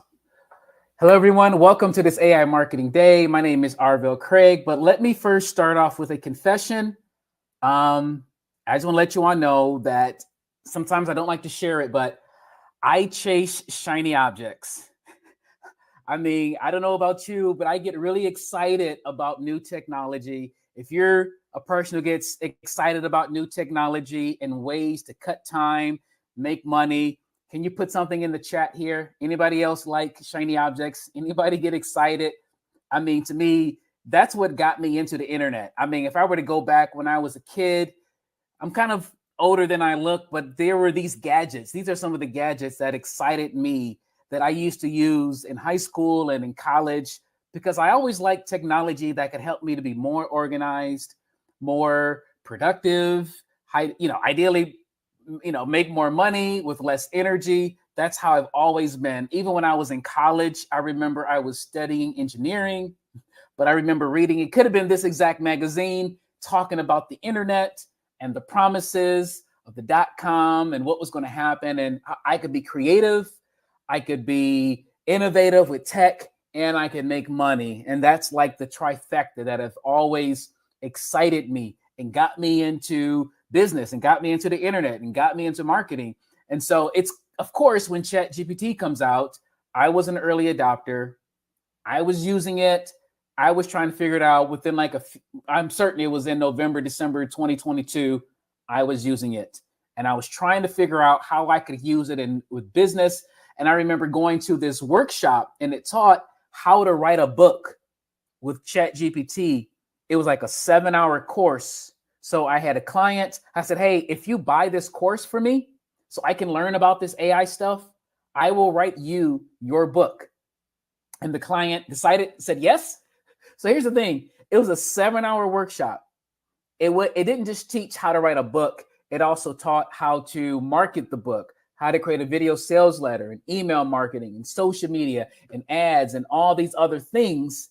And the thing is, within 2 hours, the client's book was done. So I'm like, what else am I going to do during this time? So I decided I'm going to write my own book. So I spent the next hour, 2 hours in this workshop, and I wrote my own book. It took me about 2 hours to make the first draft, and then about another hour to 2 hours adding other content, because I'm very passionate about partnerships, just as my business philosophy. As I've gotten older, I really want to work with other people. I want to collaborate. I just love partnerships. And I realize that when I get stuck, when other people also get stuck, some of us try to do too many things, and we think we have to be the smartest. We have to know everything. We have to control everything. But I realize that the more I release, the more I partner, the more I focus on my strengths, I can partner with other people and we can do much more together. So I wrote this book. It took about 4 hours and it was done. But here's the thing. So using ChatGPT, I was writing books for clients. I was writing books for myself. But one thing with me is like, I had this book done, which is, I've written other books in the past and they've taken months or years. But this is what was kind of freaking me out a little bit. I've got this ChatGPT. It's so smart, right? ChatGPT, its brain is based upon all the text in the known world that I guess the company could find online and borrow or get trained on all the internet. ChatGPT is so smart. And I was thinking, after like 6 months of using it from the time it came out, I'm like, why is it that I'm not rich yet? We have this AI in our pocket. Everybody can use it. Even if it's not perfect, it's still infinitely more smart than any one person. What's the gap? Why are we not all rich? Why isn't everybody excited? And that question began to really frustrate me. And I don't know if anybody heard this book. I was listening to a lecture from this guy. The book is from like the 1980s. And I know I've heard about it. It's a classic business book. But I heard this guy say on this Ellie Goldratt, it was making a 10, 20-year-old webinar or video, and he made a comment saying technology can only bring benefit if it diminishes limitations. He was talking about new and past technology innovations that made no difference in people's lives because they weren't focused on the limitation. They didn't focus the tech in the specific area where it made the biggest benefit or where they've been stuck. And I realized this quote was the key for me, and it was the key to how to use AI, because I was using AI to write a book, but the book did not unlock a limitation for me. Me using AI to write a book at that time it wasn't a big problem in my business. So that's what I find a lot of people do. They're looking at AI as a shiny object and they're experimenting, they're playing around, but they're not focused on the core limitations of their business. Does that make sense? That's a huge thing that I really want you to understand before we keep going, because this is going to make the biggest difference for you. Because even though I like shiny objects, I like tech for a reason. And we have to not get distracted by the AI. We have to be focused on what is needed in our lives and businesses. So that is what I'm here to talk to you about. How do you find, because it's very specific. You can hear me talk about how I use AI. You can find another person talk about what they're doing, but you have to know your own business model, the way money flows to you, the way results flow to you or your client or your organization or whatever, and focus the AI on where it makes the difference. So that's what we want to get into in our time. So again, my bio, my background, in short, I've got over 20 years in digital marketing. I started focusing on conversational, it wasn't even AI, it was really just chatbots and conversational marketing around 2017. And you can see here in this picture, the three things that govern my life is one, there's a conversational AI software, V-Agents and Call Comply for contact centers, call centers, larger companies. That's my day job, my focus. But I'm also focused on speaking, which is a passion of mine. I'm here because it's my passion to teach and educate and help people get breakthroughs. And then I also love partnerships. So if any of you here have an AI related business and AI related or marketing service and you want to partner and collaborate on AI, I just love to work together, because I realize if we work together, there's so much more that can happen than one person trying to be the smartest in one area. So reach out to me if that's an interest of yours. So let's get into the content. There's three main things I want you to understand. Three things I want you to walk away with. Okay. Number one, it's going to be understanding the constraints in your life, your business model, or your clients. If you're using marketing to help clients, yes, they want money, they want sales. But if you're going to use AI to fix their marketing, you have to know what the need is. You got to know this constraint. Then once you know the constraint, we get into the capabilities, the unique, specific capabilities of generative AI.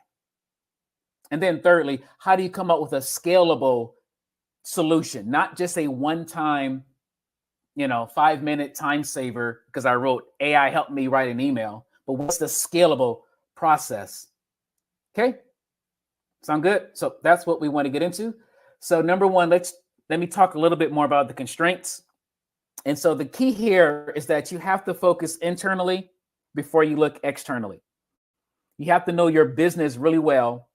More before you know about what AI can do, I want you to really pinpoint the constraint, the bottleneck, the pain, the thing that's not working in your current flow of value, your flow of business. So one way I like to describe it, imagine that there's a football team or a soccer team or whatever sport. I know we're like international audience here, but I'm thinking about football in the US. And I had this imagination that if you had like some magic gloves in football, you got the team, they get the ball, they got to throw it. Somebody has to catch it and make it to the end zone. What if you had a magic glove? It's like the AI, a magic glove that could make the quarterback throw the ball perfectly, never missing, and throwing it 200 miles an hour, faster than anybody could ever throw, and perfect. What if that's like AI? But what if the team, you see here, this, those circles here, if you don't have a good offensive line, if you can't stop the other team from tackling the quarterback before he can even throw the ball, it doesn't matter how fast he can throw the ball if he never gets a chance to throw it. Makes sense? So in this illustration, the football team needs to know where's the constraint, where's the problem. Because if the quarterback is not the problem, you don't need to give the quarterback the magic gloves. If the problem is your offensive line that stops and blocks the other team from tackling your quarterback, that's the place that needs the magic glove, right? So you have to find where, because if you don't stop the place where your biggest problem is, you can never even take advantage. It's like if I were to show you how you can use AI to automate sales conversations, and I can show you that, but if you don't have a good outreach, or if you don't have a good marketing that's going to bring in leads, where you have so many leads that you need AI to have conversations with those leads, the chatbot won't ever help you unless you have so many leads. So we have to figure out, if your company needs leads, then maybe how can AI help that? If your company needs customer support, maybe that's where AI needs help. If your company needs to turn the leads into sales or book meetings, then that's where AI. If you don't have any marketing, so that's the kind of way I want you to think about where in your business. So where's the constraint? So here's a little illustration here. You got this flow from customers, suppliers, the teams. And so what I try to figure out with people, do you have an issue, or is your constraint being on time? Is your constraint, a lack of quality? Is your issue you're not profitable? Is your issue there's no demand? There's nobody even coming into your business. We have to find out what your business needs. And then, I say come up with a couple of them. You have to go internal before external. You have to find your problem first. And that problem, those constraints, they become the filter. They become the glasses that you use when you start looking into what AI does. Okay. Hopefully I'm not talking too fast here, but so you got that. We have to figure out the constraints. And then when you figure out what you need most, again, when I wasn't speaking, I didn't need a book. If I use AI to write a book in 4 hours compared to 4 months, that would not do anything in my business unless that was the constraint. But now that I understand where my constraint is, when you know what you need or what your client needs, you may come up with 2 or 3 ideas, then we look into what AI does. Because again, if AI is just writing for you, but you don't have a problem writing, then it's not that interesting. It's not a breakthrough. It's not a powerful opportunity. Okay. So again, we want to look at generative AI specifically. AI is a big topic. AI has been around for over 50 years, 70 years, I guess, since the 1950s.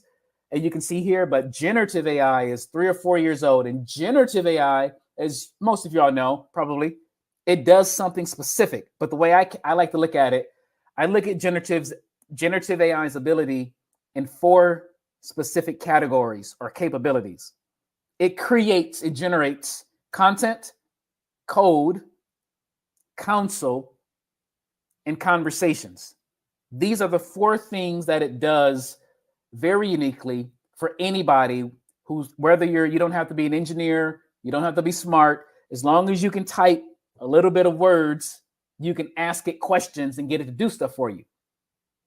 But in my opinion, using AI through an AI model like ChatGPT, Claude, or Gemini, that's only one way to use it.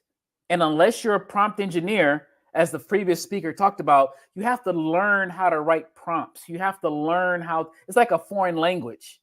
ChatGPT is so smart, but it's almost like you've got to learn a new language to really get the benefits from it, which is okay.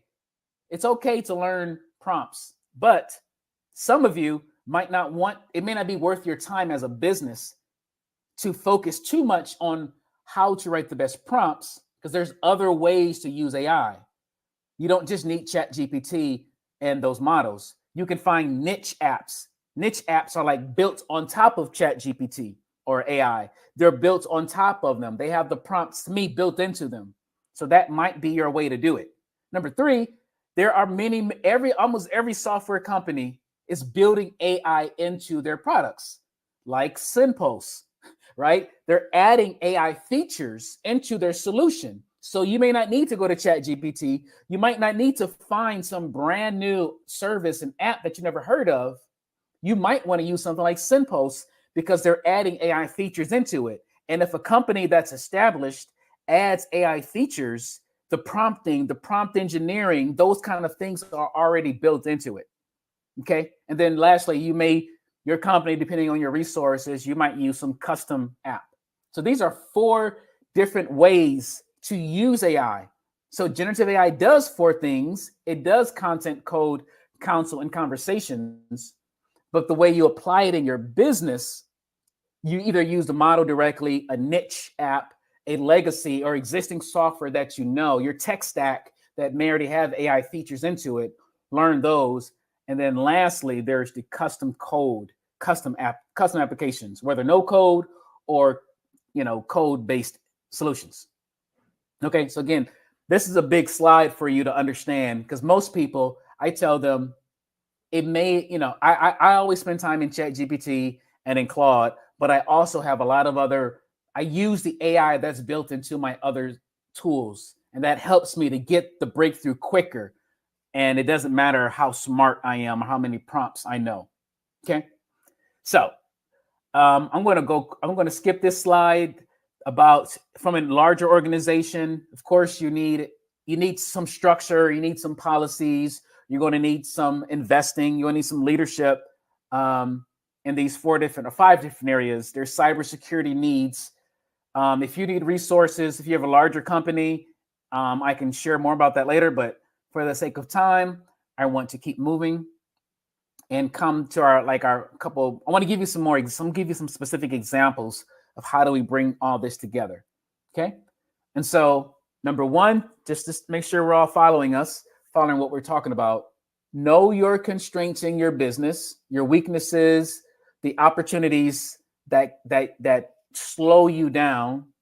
And that is the filter. So now when you're hearing about AI strategies, when you hear about AI capabilities, oh, wow, it can do this, it can do that, it can do that. You should always be asking yourself, how does this new capability unlock a constraint that slows us down? And then number 3 is where you look for some type of scalable opportunity where it's not just a one-time solution. It's something that you add into your processes that give you a competitive advantage, against your competitor. Again, like the last speaker talked about, you want to get an ROI. The biggest ROI isn't just, again, saving 5 minutes by brainstorming with AI. The biggest opportunity, the biggest ROI is when you find some scalable solution that you can leverage across the largest possible area. So let me kind of tell you what I mean. So when I think about scalability in AI, I'm thinking about what is it that you do in your business that's consistent, that's repeatable, that happens in a massive batch process. Is there something that you're doing often? Because the more you do it, the more opportunity there is to bring AI. And I want AI to unblock or unlock a constraint. So typically when I'm helping out a company, I'm looking for where in your business that you have one person doing something how can we get one person to do 10 times more or act as if they were 10 people? Is there a place in your business where that would happen? Or if we did give 10 times more, like for me, for writing a book with AI, if I was in the book publishing business, that ability to write a book in 4 hours versus 4 months is a game changer because of that business model in the books or publishing. If that was my business model, right? The other thing I'm looking at is, again, if something takes 10 hours or 10 days, how can AI do things so much faster? Can I get can I go from 10 to 1? That's what I'm looking for when I'm curious about what can unlock a constraint. Okay, so again, let's talk marketing. So in marketing, you've got different types of marketing, different stages of a customer journey. The way I look at it, the way I learned about AI and marketing was looking at 5 different ways or stages in marketing, from when you're planning a campaign, when you're producing content in a campaign, and then sometimes you want to personalize the content or personalize the outreach. That changes the conversion rate a little bit. Then you got the promotion. You got the content created, but you need distribution. You need it out into the world. And there's that stage. And then lastly, there's the performance. How do we optimize? How do we look at what we're doing, analyze the results, and get better? So all these 5 categories are opportunities to add AI. But remember our number 1 point, before we add AI, we have to know that the category, the problem it's a constraint. It's a problem. You might not have a problem with planning. You may or may not have. So you may or may not need AI there. Where do most people need AI, or where is most marketers' constraints? I found it's either the volume, they're not producing enough content. There's so much content in the world, you can't do too much. I don't know if you know that or not. Some people are like, I don't want to send an email twice a week, or I don't want to post too much. I don't want to burn my list. For the most part, in most businesses, they're not producing enough content. And also, number 2, most companies are not creating contextual content. Like they're only in email and Facebook and Instagram, but they're not in a podcast, they're not in YouTube, they're not on TikTok, they're not on Twitch. So what if, and of course we all have the limitations of our staff. So that's an opportunity. Can AI help us increase our volume? Can it increase the media types? And again, when it comes to like promotion, AI is already built into Facebook and Google. It's, AI machine learning has already been in their algorithms for years. And most people that I know that buy media, they leverage the AI. They understand the AI that's built into Facebook. So they don't have to come up with some new generative AI. They just leverage the AI that's already built in there. So I want to highlight a few things, and then we'll go into some Q&A. So if you got questions on any of this in about 2-3 minutes, I will start looking at the questions or the comments area. So one thing I created, so speaking of books, I mentioned books. I do have a book that I recently wrote, and it specifically goes over these 5 areas, and it talks about strategies in these 5 areas if that's something that you need. So for example, if your company is creating content, but you're not creating video, or if you're used to just long video and you don't have short form video, I think some of you may know there's AI that can edit your video. So that is an example of an AI app that you can use to increase your marketing by helping you to take your video and to be an Instagram reel or a TikTok, post. You can create TikTok style videos using, play number 7. There's AI that does video, right?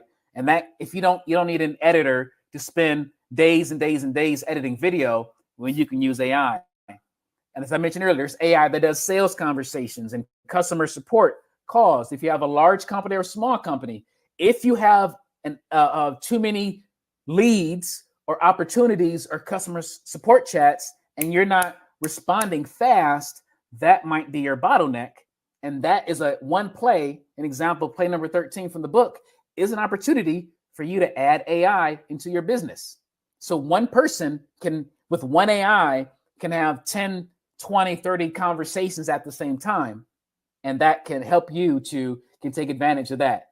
I mentioned Facebook. Facebook, it really is AI. The algorithm of social media, I would say it is AI, but you have to understand do you understand the AI of Facebook?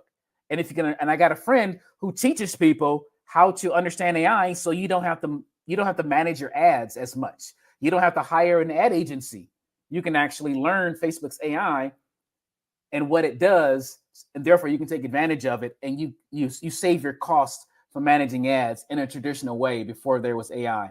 So again, there's tons of it, and it's my friend Eric says, if you understood Facebook's AI, you would never hire an ad agency again. So there's all these different plays. Again, for time's sake, I'm going to run through. These are cost center AI that I work in, that lets larger companies have AI that makes phone calls. So again, the big point here is that it's not about what AI can do until you figure out first figure out your business constraints. And based upon your constraints, you align that on top of what generative AI does. And that's how you find the biggest opportunities. You can find some kind of scalable thing, something that you do 10, 20, 30, 40, 50 times, something that's complicated that you can use AI to do to cut time, to cut costs, but it's all relative to your business model. And I know we're almost out of time. If you want to, I assume you can look in the chat here, just in case we're almost out of time. So again, if you want to check out my book, it just came out this week. You can scan this code.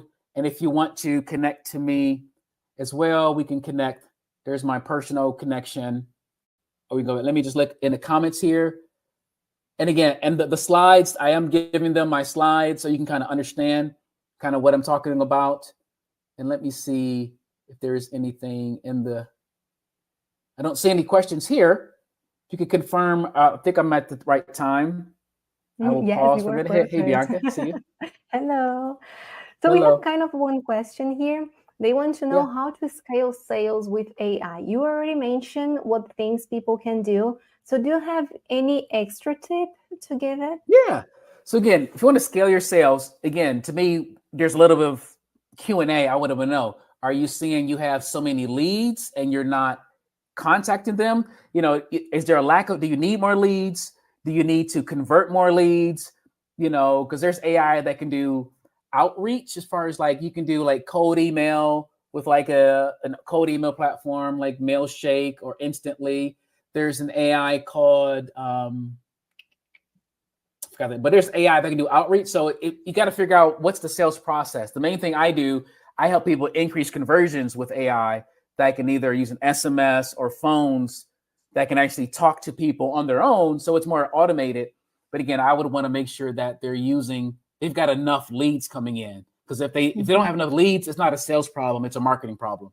And so if it's a marketing problem, a platform like Sendpulse can be great to automate, to warm people up, to be automated, omni-channel, talk to people more. So I would say if you need more marketing, use AI to do 10 times more content, change the content to every format, text, video, audio, as much as possible. Use Sendpulse to talk to all those channels, and hopefully you have enough leads. And then at the point where your current sales team can't keep up with it, you can use AI to qualify those leads. Make sure they have the budget before you get on the phone. Make sure they're ready to make a decision before you get on the phone. So there's things, use AI to filter the leads to kind of maximize the current sales team that they have. Perfect. And you can always use Sendpulse for chatbot. We also have AI on the chatbots that we provide.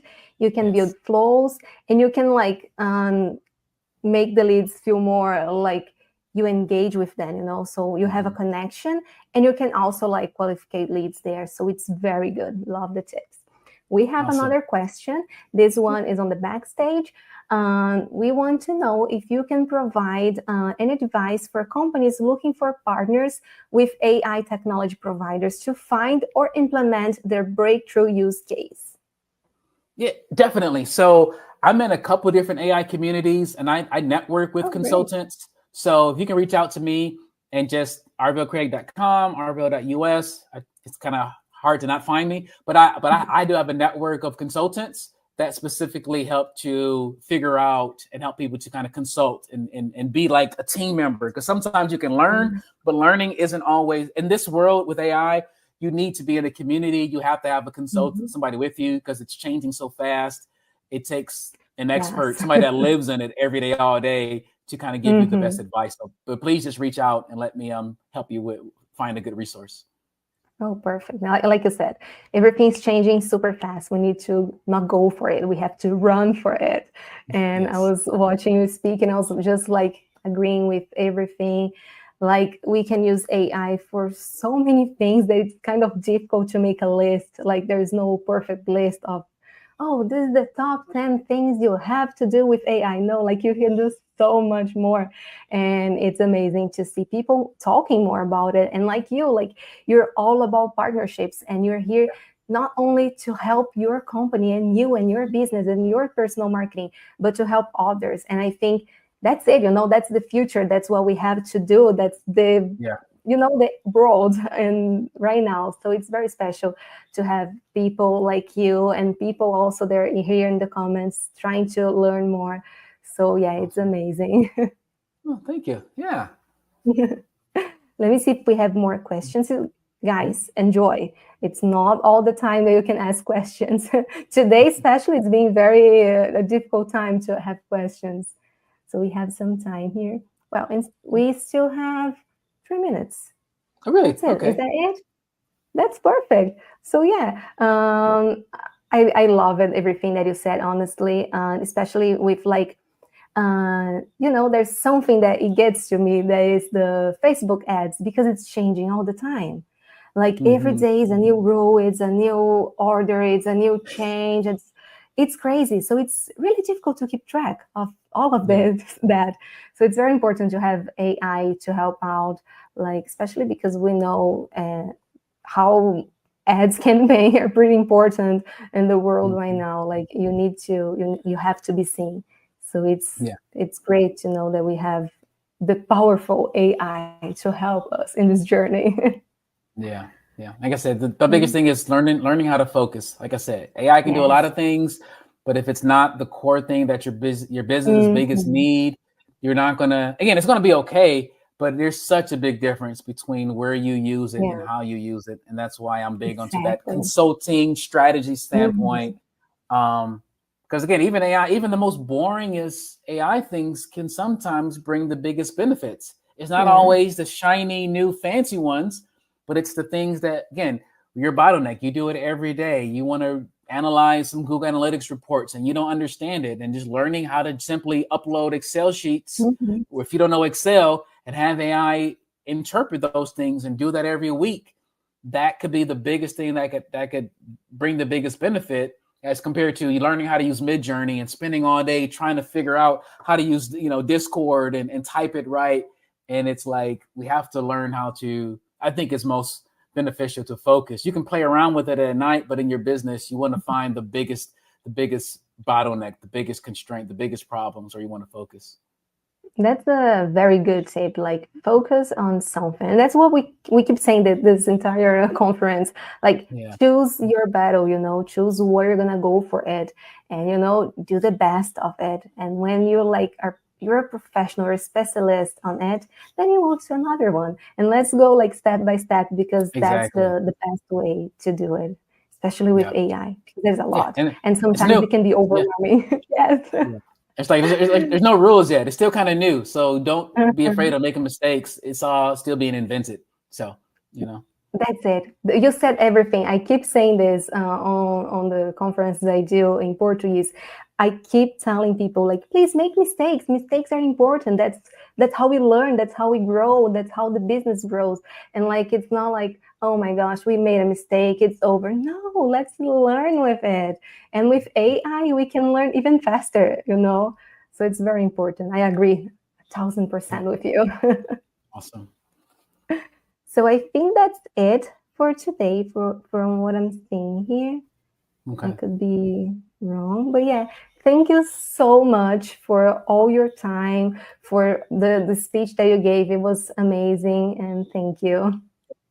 Good to meet you. All right. Good Take to meet care. you too. Bye bye. See ya.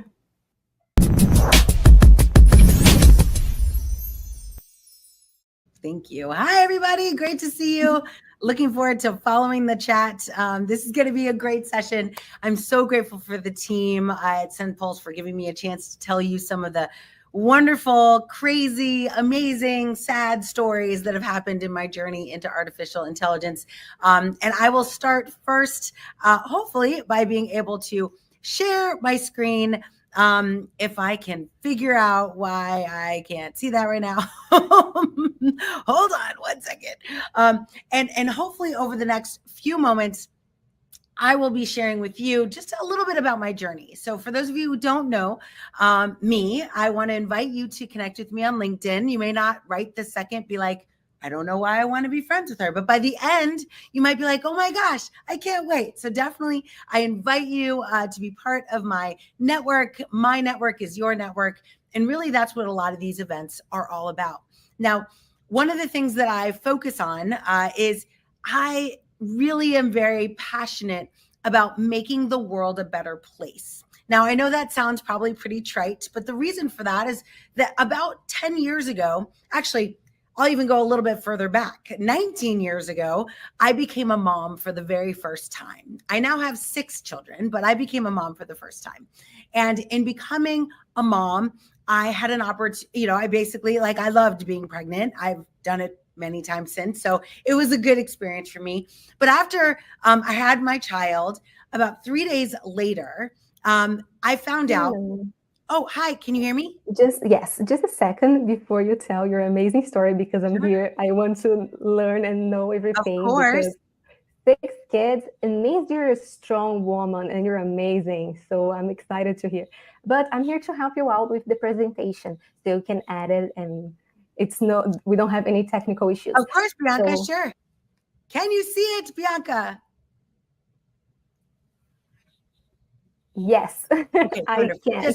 Just check. Okay, everyone, let's do this. We're a little bit behind schedule, but I think I always like to start the conversation, as opposed to me having to explain me. I'm going to give you a taste. Many of you may know this. Actually, if you are familiar with this tool, you could drop it right into the chat. HeyGen is an interesting utility. But before I get too far, I want to share with you this video. Hopefully you'll be able to hear it okay. But just adjust the audio on your side if it comes in too soft or too loud. Here we go. Let's take a look. I am Nearly Noel, a synthesized avatar, here to help with the introduction. Get ready to meet the incredible Noelle Russell. She's not your ordinary technologist. She's a game changer. With her entrepreneurial spirit and expertise in conversational AI, generative AI, and language models, Noelle has revolutionized the tech industry. But here's the best part. Noelle is so much more than her professional achievements. She's a true inspiration for balancing work and family life. As a wife and mother of 6, she embodies the definition of courage and determination. Get ready to be blown away by Noelle's spectacular journey. Join me in welcoming the phenomenal Noelle Russell. The crowd goes wild. One of the most interesting things about that video is that it is part of a company, HeyGen. I see some of you know it.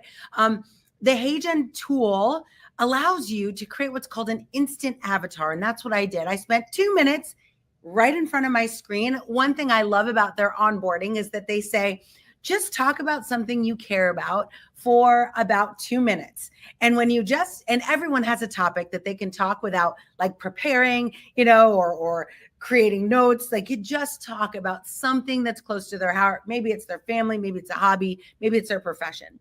So you just talk for 2 minutes and then you get this instant avatar. Now, of course, once you get the instant avatar, the avatar doesn't know what to say. So you have to give it a script. In my case, you could probably tell I had GPT create that script for me. And I did use what are called custom instructions in GPT to do that. But it wasn't terrible. It was one shot though. I did not edit it. I didn't do anything. It took me all of about 15 minutes to do. And it's kind of interesting. It does give us a sense of how the world is changing.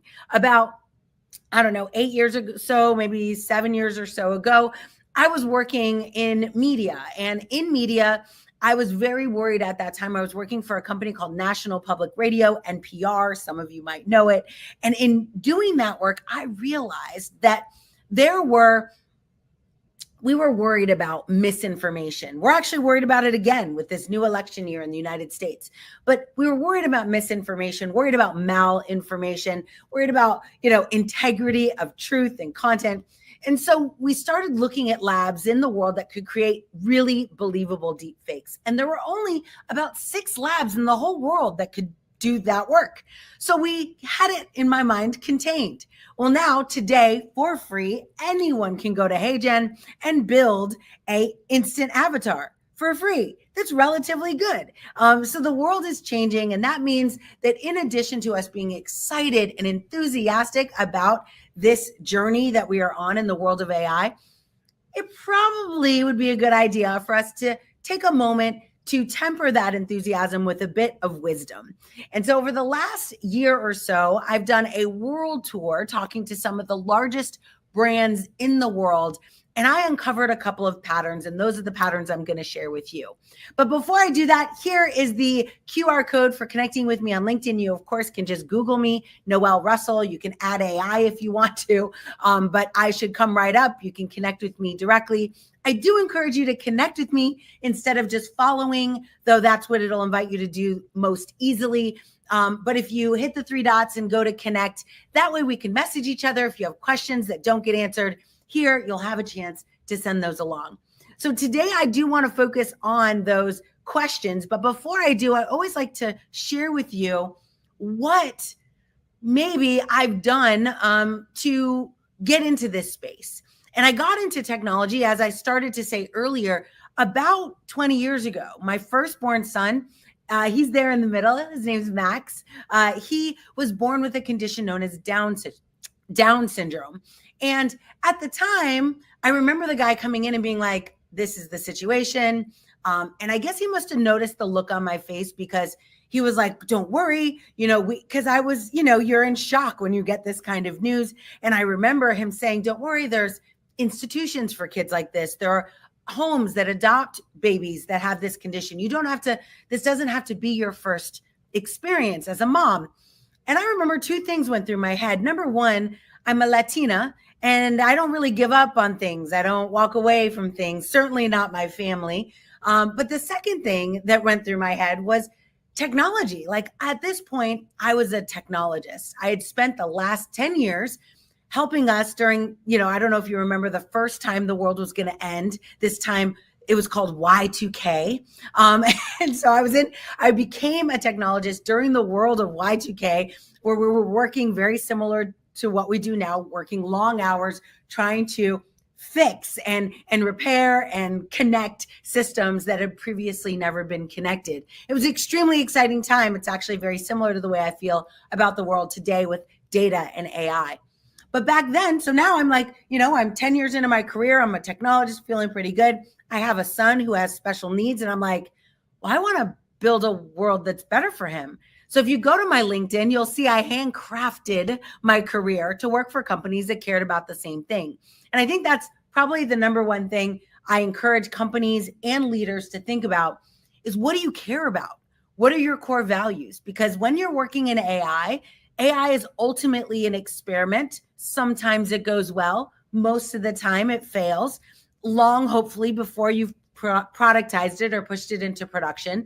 But it's a bit of a journey that you go on when you're starting to build these models. And so my son there, Max, he inspired me so now I was willing to do a lot of things that were hard in order to get a world to be more accessible, to have technology that was considering people who didn't speak clearly or people who didn't understand things in a very technical sense. I wanted the world to be more accessible. And so that's the journey I went on. That led me actually to Amazon Alexa. And I ended up being at Amazon as a principal cloud architect. And I remember the day I got an email from Jeff Bezos, right into my inbox. Some of us have had this experience where we get an email from our CEO and then we know, like, okay, it wasn't to me, right? It wasn't like, hey, Jeff said to Noel, right? It was more like he sent a letter to the whole company. But when I read it, I literally was like, this is my moment. And he was inviting us to join a new team called the Amazon Alexa team. And I was employee 10 on the skills team to help build services and skills for Amazon Alexa. And I jumped all in because I just knew, based on my core values, that this was something that would unlock accessibility for at least the people that I cared about. So I do have 6 kids, as it was mentioned. I always like to show them here as well. I also host a couple of podcasts. So if you're interested in podcasts or like to listen, I have Good Morning AI, where I talk all about AI. I actually do it with my husband, and he often will come. He's not an AI person, so he brings me down from some of the very deep technical talks that I have into the real world of how do we use this? And that is where the world of sales, marketing, lead capture, sales closing, like all of these things that I do every single day. How do I use AI to do more of that better with more efficiency, amplifying what I want to give to the world to much greater degrees than I could do by myself, or I could even do with a team that I can hire. So that is kind of where I started. Now, of course, it's been a good ride. I've gotten lots of awards. Thank you, Bianca, for mentioning I am an MVP for Microsoft in the world of AI. And what that means is that my contributions, and really those contributions have often been me raising my hand and being like, have we thought about things differently? And some of you might resonate with that. You might be that one who has that thought like, are we sure we should do this? Or have we thought about people? Like in my case, I was always the one in the room that would say, have we thought about kids with special needs? Have we thought about, my dad ended up getting hit by a car and suffering a traumatic brain injury after I joined Alexa. And so he no longer could remember. He had no short-term memory. So I leveraged Alexa intensely. And I would always say in the rooms that I was in, have we thought about people who have memory issues? Have we thought about nursing homes? Have we thought about hospitals and doctors? Fun fact, when we started building Amazon Alexa, we weren't thinking about those things at all. We were thinking about affluent people who wanted to buy a device that they could talk to in their kitchen. Another fun fact, we didn't even imagine anyone would ever buy more than one. That in their house, we imagined you'd only get one. It would be in your kitchen, and you would ask it simple things like how to play music, or how to measure, how do I take 4 ounces and turn it into tablespoons. Like those were the types of use cases we were prioritizing. Little did we know that within years we would be in 100 million households. Little did we know that kids would use it in speech pathology inside classrooms, that kids would use it to build, to answer questions, to do their homework, very similar to what we hear education struggling with in the world of ChatGPT. So my world has, I've been doing this now for about 10 years specifically. That project launched a while back. And I left Amazon after 4 years and 4 language models. I left Amazon to start a new thing. And it was all about making AI accessible to everyone. And that accessibility means that in every go-to-market strategy you build, in every marketing effort you have, it's really a little bit of a mind shift because you're not building for a single persona, right? We were at first, but in building for that single persona, we shrunk the funnel instead of growing it. We reduced our capabilities instead of expanding them. And so we ultimately, if you know a little bit about Alexa, they eventually did create a category for older people. They did create a category for schools and education. They ended up creating that, but they missed out on those early days because we didn't prioritize that. I did. All my skills ended up being for those communities, but I was an anomaly. And this is what I think is exciting about the world we are in right now. The ideas that you have that you might consider, if you're in a room, you might consider it to be an anomaly. It might be different than how everyone is speaking. It might be different than what other people are saying and thinking. Those ideas are what will enrich your AI experiences, your AI solutions. And we need those people. We need people who have these diverse ideas now more than ever, because when we launch an AI service, we're never sure who's going to use it. As a matter of fact, my role at Microsoft, when I launched that, I was part of a team called Azure Cognitive Services. It's now called Azure AI Services. It, of course, eventually now includes OpenAI. I was an early member of the beta team testing out GitHub Copilot, which was the predecessor to ChatGPT. And in doing those tests, I remember thinking to myself, what are we amplifying here? Like, are we taking a bunch of data and work that people did 20 years ago and using that to train a model? Because I don't want to think like 20 years ago. I want to think now. I want to amplify my ideas today. And so I was part of the voice that helped change the way that that product came to market. And you are likely exactly that type of person. If you're watching this, you are drawn to like, how do I help innovate? How do I help innovate on behalf of my customers, of my partners, of my company? Now, this is a video I want to share with you that actually came out the day I started at Microsoft.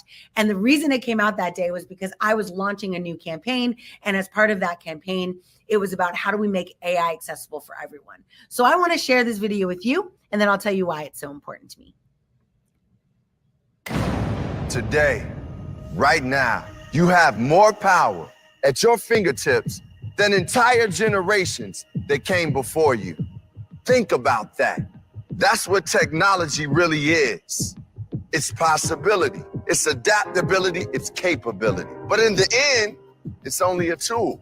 What's a hammer without a person who swings it? It's not about what technology can do, it's about what you can do with it. You're the voice, and it's the microphone. When you're the artist, it's the paintbrush. We are living in the future we always dreamed of. We have mixed reality that changes how we see the world, and AI empowering us to change the world we see. You have more power at your fingertips than entire generations that came before you. So here's the question: what will you do with it? Every time I see that video, I'm always like, oh my gosh, this is so exciting. Let's go build something. What you'll notice about that video is it was a little bit about the tech, but it was way more about the domain expertise, the vertical expertise, your expertise in the processes in a business, sales, marketing, IT, DevOps, like whatever your role is in the company. How do we use AI to do more, better, faster, amplify you as an individual and therefore you as a company? Jeff Bezos taught me, as when I worked there, he would often teach about these leadership principles that we had at Amazon. And he would say, what we want to do is give everyone a chance. We want to make it a great equalizer, right? Use technology to equalize everyone so everyone gets better. Not just those who are really great at sales get to continue to be great at sales, but how do we make people that maybe are less good at sales get great? Because here's what happens when people start winning, they get motivated, they get excited, and AI can help you augment existing workflows to make them more enjoyable, to make them higher human value. And I think that's really what we're starting to see across organizations. Now, last year, I was part of over 100 projects in generative AI. As you know, last year was the year of use cases. How do I take a use case and build it out? As a result of a lot of these conversations, I got 3 questions that I've distilled out of all of those conversations. And it was the same 3 questions every single time. The first question that I was asked was, how do I not hurt myself? The way I phrased it on the screen sounds a little nicer, right? How do I use AI to be helpful instead of harmful? Of course, yes, we should do that. But most of the time, when I'm talking to an executive of a Fortune 100 company, they are instead saying, how do I not hurt my brand? How do I not lose money? How do I not, hurt a client or a customer in a way that they sue me? Like, how do I protect myself? That protection, though, does yield building safer, responsible implementations for everyone. But it often starts a bit selfish. Like, how do I make sure our enthusiasm doesn't end up, hurting ourselves as we excitedly launch things into production without fully thinking about it? The answer to this is a little complicated, but it starts very simply. It starts with building a responsible, what I call a playground, right? An internal, innovative playground. Now I say, you start at the playground, but your idea is to go from playground to production. But the only way to go from playground to production is to start with a playground. So build that inside your company, inside your firewall, not in the open, not in the wild, but inside your 4 walls. You can create these safe little innovative playgrounds, hubs where people inside the company can play around. I always tell companies, whatever your company name is, right? You should create an internal one and call it company name GPT, right? My company's AILI, AI Leadership Institute. So AILI GPT. I also work for dream.org, Dream GPT. I also have a relationship with NPR GPT. Like, I should have these internal GPT engines. And I say GPT in an analogous way, right? Like, it can be any model, but a large language model, so that I have room to play. It's not specialized, it's not customized. I could just ask it questions and get a feel for it. That's the number one thing companies need to do, is to create an innovative space to play. The second most important thing they need to do, though, is to ensure that once that playground occurs, that you start thinking about production. And that process means you need to figure out what use cases you should put in production. That's the next question. Which use cases do you use to get started? I'm going to quickly give you a rubric, 3 things to consider whenever you're evaluating these. And my time is almost out, so I'll be quick about it. But again, we're friends now, so you can connect with me. The first one is to understand the core values of your company or of your effort. What are you trying to do? And how will you measure that you're doing it successfully? Many times it's customer satisfaction as a measurement. Are they happy? Are they buying more? Is our revenue going up? Those are good indicators, but you must know why you're doing what you're doing. AI will amplify the core values of your organization, whether you are intentional about it or not. Once you've got those core values, the next thing is risk. How do you make sure that you are not doing something that might be perceived as risky to you, to your shareholders, to your board, to your stakeholders? Best thing to do is to have a conversation like, what are we most worried about? And then don't do those things first. You will do them, but don't do them first. Do them next. Identify those use cases that are lower hanging fruit because they're less risky. This usually means you're going to build AI systems to help people help people. So look at your contact center reps or agents, or look at your sales reps. How do you give them tools in order to actually do a better job? And then the final one, which is my maybe favorite, is figure out what's hard to do. Figure out what's hard and what's easy and go after easy. There are plenty of these use cases. I call it building a most remarkable product, not an MVP, not a viable product. There's lots of viability in GPT scenarios. Find one that's remarkable to your clients. One use case where if you build it, your clients are going to go, oh my gosh, that's so cool. Oh my gosh, I love using this. I want more.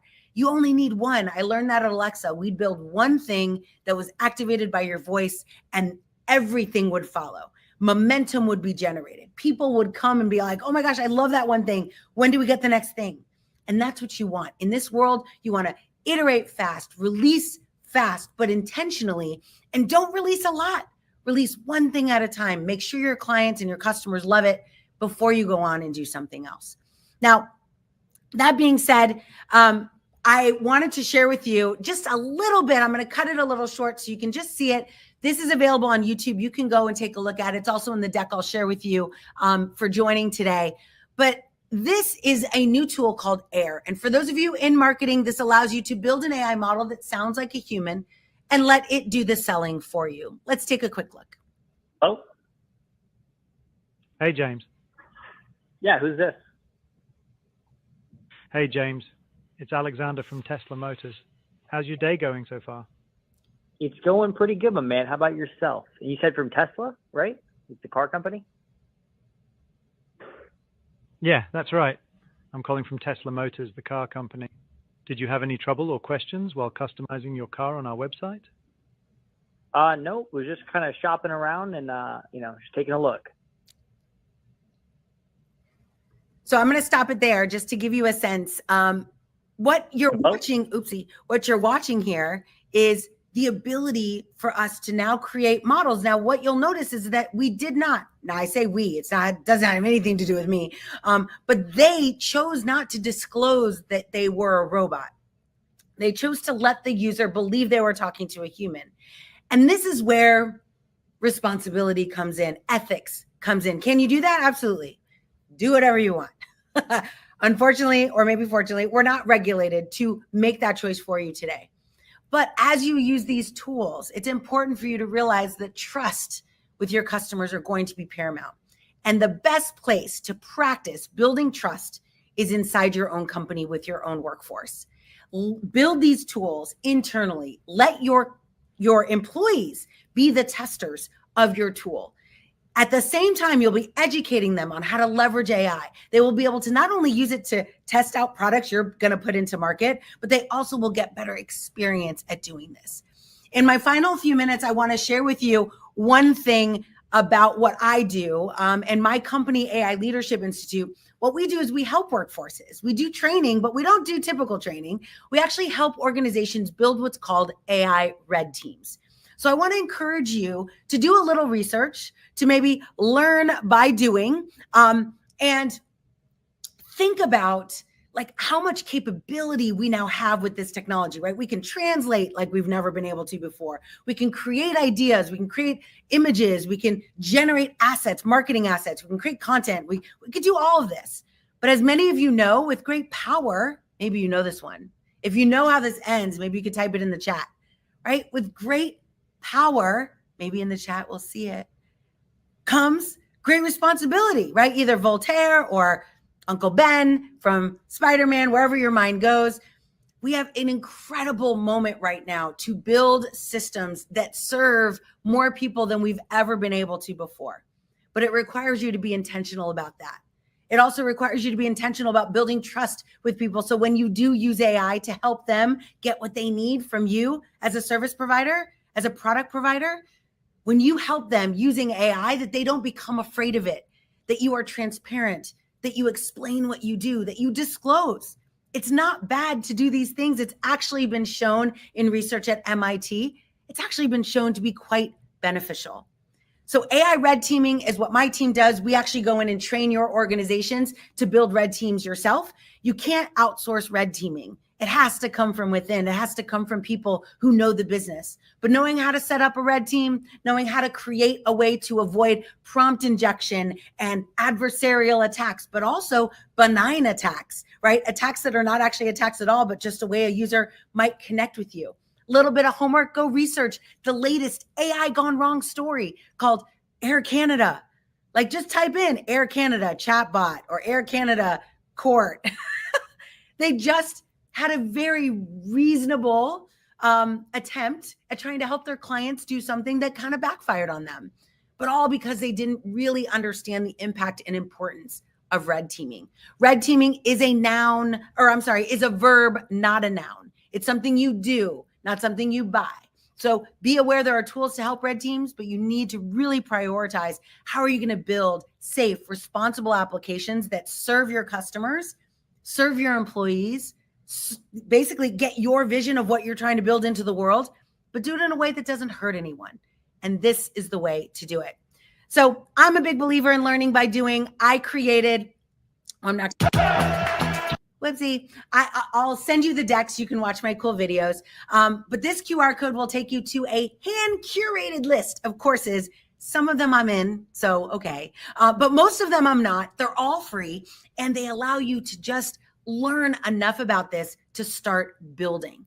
Being a builder is a new skill that's necessary for anyone who's going to try and be innovative in this space. You don't have to be technical to be a builder. It just means you're willing to put your education, what you're learning all day today, you're going to take that education and put it to work to solve problems you care about. So I encourage you to do that. I'm so grateful for the team letting me be here. I took a couple minutes over, but thank you so much. And of course, I'm in the chat. Find me on LinkedIn. I am your friend. And I'm so grateful that they let me come and share a little bit of my story with you. Thank you so much, Noelle. It was amazing. I'm here, like, I don't know if you can see me, but I'm like cheering up, like super excited about it. I love the And it chat. was You guys amazing. are awesome. Thanks for blowing it up for me. I really appreciate the support. It helps me stay excited. People always ask me, why are you so excited? I'm like, because people in the audience and people who are chatting, like, you're like, oh my gosh, yes, great responsibility. Yes. So I love it. I was screaming, Spider-Man. Yes. So y'all are awesome. I'm so glad to be friends with you all. Thank you, Sendpulse, for publishing my LinkedIn. Please connect. What are we doing in this world if not creating real friendships, real relationships, and doing this together? So thanks for having me. Thank you, Noelle. See you soon. Bye-bye. My name is Victoria Abbott. We will spend the next maybe 40 minutes, maybe more. It depends on you. And while I'm starting to share my slides, my presentation, I would like to ask you, and I just encourage you to talk to me, to communicate in between and with me in chat.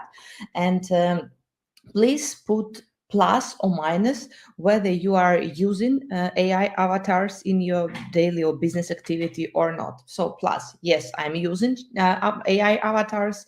Minus, no, I'm not using. So I will understand that you are new in this area and you will be ready. Okay, I see plus, see roast. Who else would like to talk to us? Minus, plus, okay.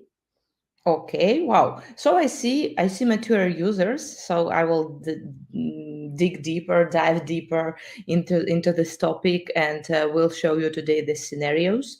And please tell me more.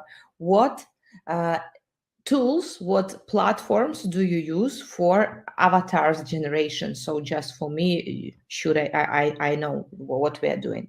And meanwhile, I have a white label AI avatar. Wow, that's nice. So please share what platform do you use for creating avatar. Maybe you use several platforms, so just feel free to name all of them, just for me to understand what to show you, where to stop and where not to stop. And I'm just switching from our chat to presentation, so we'll not see a lot. Okay, let's go.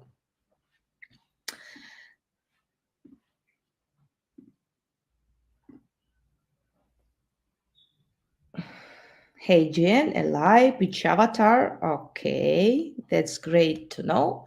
So today we are not going to talk about avatars, but I will stop a little bit on some functionality of several platforms.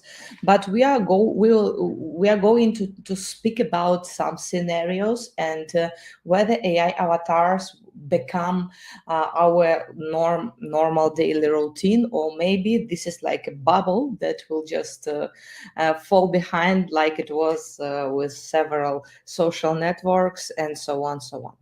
First of all, let me introduce myself.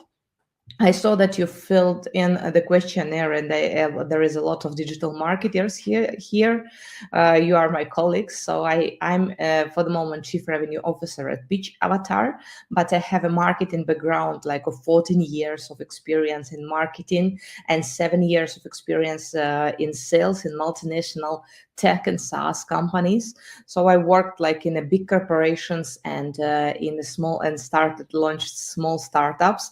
Have a background of working in Adobe systems, Allbiz, Weabloom, Bitrix24. Now we are running like Pitch Avatar and developing. It's still new company, but we are like developing very, very fast, and guess that very soon we will grow to a big business. I help generate a lot of money for my businesses with the help of marketing and marketing and sales alignment strategies. Also, I'm working as a mentor and a tutor for business and communication strategies since 2016. Like have 8 years of experience in this. I'm Ukrainian, but for the moment live in Spain, so I cook both a very good borscht and gazpacho, and puedo hablar español, but today it will be English. And today we will talk about trends in AI avatars industry. The dilemma, will the users talk to my avatar, and the psychology of perception, and can avatar really increase the conversion? Because there is like a lot of doubts around this, and technologies of AI avatars generation. So we will like go to a quick overview of some platforms. Then I will give you a step-by-step guide on how to create avatar. But if you guys are using a lot avatars, so maybe we will not stuck on it, we will stuck on some scenarios, and then sure we'll talk on proven scenarios and what is working for the moment. Why I'm talking about AI avatars? So as I said before, I'm Chief Revenue Officer at Pitch Avatar, and Pitch Avatar platform, this is an AI-based platform that allows to run different scenarios with your content. The core of this content is slides, presentation, or could be a video, and you could just make it interactive by adding a voiceover, adding avatars, and then you could start lead generation, the sales outreach, sales engagement, corporate training, etc. So we are learning a lot the technologies of AI avatars. We are using it, we are just discovering new technologies every day, and building the most effective scenarios that could bring us to the future, to future scenarios, to future interaction with our potential customers. So let me just start with the definitions, and maybe it seems to be very boring for you, but must to be on the same page. So AI avatars are the advanced digital entities that was designed to simulate a human being, and this is the technology that is created based on natural language processing, machine learning, and sometimes computer vision. So for the moment, this is not rare when you can see from a photo of yourself even a beautiful and creative avatar that is hardly to define from a human being. Hi everyone, welcome to the Prompt Engineering channel. My name is Rachel, and I'm here to tell you all about how you can create your own AI avatar like me. As you can see, I was created using a combination of cutting-edge AI tools and techniques. I may not be a real human, but I can still communicate and engage with you just like one. So we will not see this video just to full, just for you to understand that if maybe several years ago it looked like very strange, now we can just take our picture or take our video cut shot, and then to move forward to create your own avatar that will interact with your audience in minutes. So this technology nowadays is very popular for bloggers, for TikTok, for YouTube, for broadcasting, like for everything that is connected to content creation, but also it is very useful for business.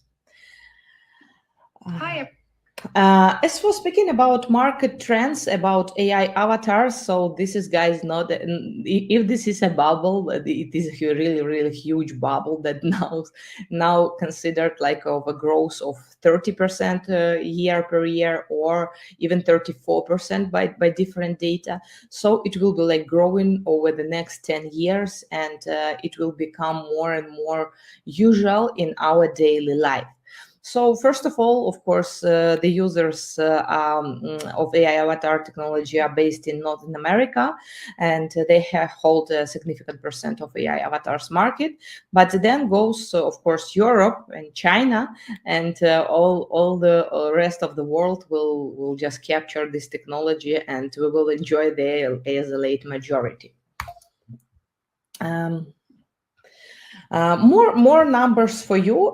This is a research of Emergent, and you could.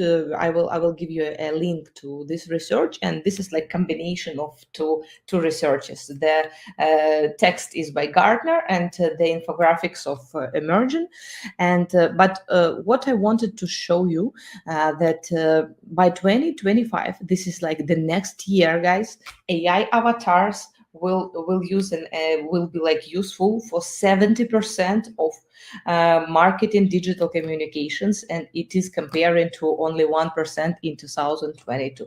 So it's like it will be like blowing growth, and we will just need to jump to this ship, because it will be like very useful. I will explain you why it is becoming more and more popular later on, but just imagine that tomorrow happens like the next year, the future happens next year, and it will be like very natural. So think about how can you implement AI avatars already in your industry, and maybe not like in the content creation. By 2026, 50% of conversational AI software will include proactive intelligence capabilities. What does it mean? It means that this technology will learn and will be proactive. It will interact with your audience and will do a lot of work for you or for your employees, so that you will be able to give a separate part of work to this technology. And by the same 2026 year, 50% of sales and marketing software providers will incorporate advanced VAs as their front-end user interface. So avatars will be talking to our web pages, presentations, and so on. So the growth is really looks like very perspective. But what does our audience think about this? Let me jump to the last year. It is like March 2023, and it was like the post the post on Facebook of CEO Alexei Orab of YouScan platform. He said that he tried for the first time AI technology, avatar technology, and he just gave this technology a text. It was used by DID. Picked a picture, and it was like producing, and video was producing not bad at all, but it was like surprise that we experienced, all of us, like I'm uploading my photo and then it is speaking. I say wow, but I'm observing the comments and reaction of the audience, and this is the comment of lady in Russian, but I translated that for you. So the lady said that she cannot listen and watch the speech of avatar. She just, and mimics is not natural. And literally, the lady was keeping herself from just deleting all this or closing the tab, because this is like not natural for her. And I asked why, and she just developed the topic that something is unnatural in this avatar that makes it disgusting for her. So that was the first perception. The first, like, wow, that is nice. And the second was, oh, this is disgusting. I just keeping myself from deleting that. And then I just was searching the perception of AI avatars while preparing to this webinar, and just jumped to Reddit. Maybe you know that this is the most popular platform in the United States, first of all. And it was just 2 months ago. One user said that thought on a perception of user AI companions, which are created like avatars. And surprisingly to the thread, it was like a very, very huge split. First of all, the people said that wow, we are using AI companions, first of all, like for role playings in games or in something. And another girl said that, okay, maybe this is like a little bit more strange, but sometimes people like could be very weird, but avatars are very lovely. So I prefer for them to generate, for them to talk to avatars sometimes because they are lovely and so on. And people are referring to Kindroid. Kindroid, not a business platform, but still it is available to create like a virtual companion. Then a person of legacy, which is like still discussable as well. What is legacy is like the person who already passed away. They're making this person alive and could talk to this person and so on. So it's still like very discussable point, but still interesting. And it could be mentor, like a wise mentor, and confident, the person who you can trust your secret or something like that, and then just talk and discuss and everything. So the world is becoming more and more introverted, and they found an alternative to weird people who could be like hard to manage the relationships and so on. And since now we will see the more and more such posts that it is like, okay, it's okay to use virtual assistant, virtual friend, to have I don't know, virtual secretary or something like that. And this is like what is going on already. But let me jump a little bit to the history why that lady a year ago she named that this is like disgusting, and I would like to close it. So this is the effect of uncanny valley, and you could just check the Wikipedia and just read in the details about this effect. I will just give you some summary about that. So this term is like not new, and it was born when the era of robots started to be developed. It was invented by Masahiro Mori in 2017, and it seems that the person, first of all, when he or she sees the robot and sees that the features are very attractive and similar to human. So the robot, first of all, seems very, very lovely and attractive. But then you see that something is not very natural, for instance, mimics or movements, and you see this like disgusting. And then when this robot is like continuous speaking, you just getting used to it, and then it becomes still attractive to it. So the perception of avatars at the first stages was a kind of disgusting or something scaring, let's say that, because of our psychology. Because first of all, this is like the first factor that while talking to people, we are considering them as our potential partner, consciously or unconsciously. And when we see that this person is like behaves unnatural, this is scaring us, and this is like makes for us like to keep a distance. The second one is like if the person behaves unusual, our psychology perceives that okay, maybe this person has some diseases and something like that, and again it's like keeps us away. And again, it was a theory that some avatars was like by unnatural behavior, or some robots by unnatural behavior remind us about death, or scary movies about zombie apocalypses or something like that. So it makes like to keep a distance as well.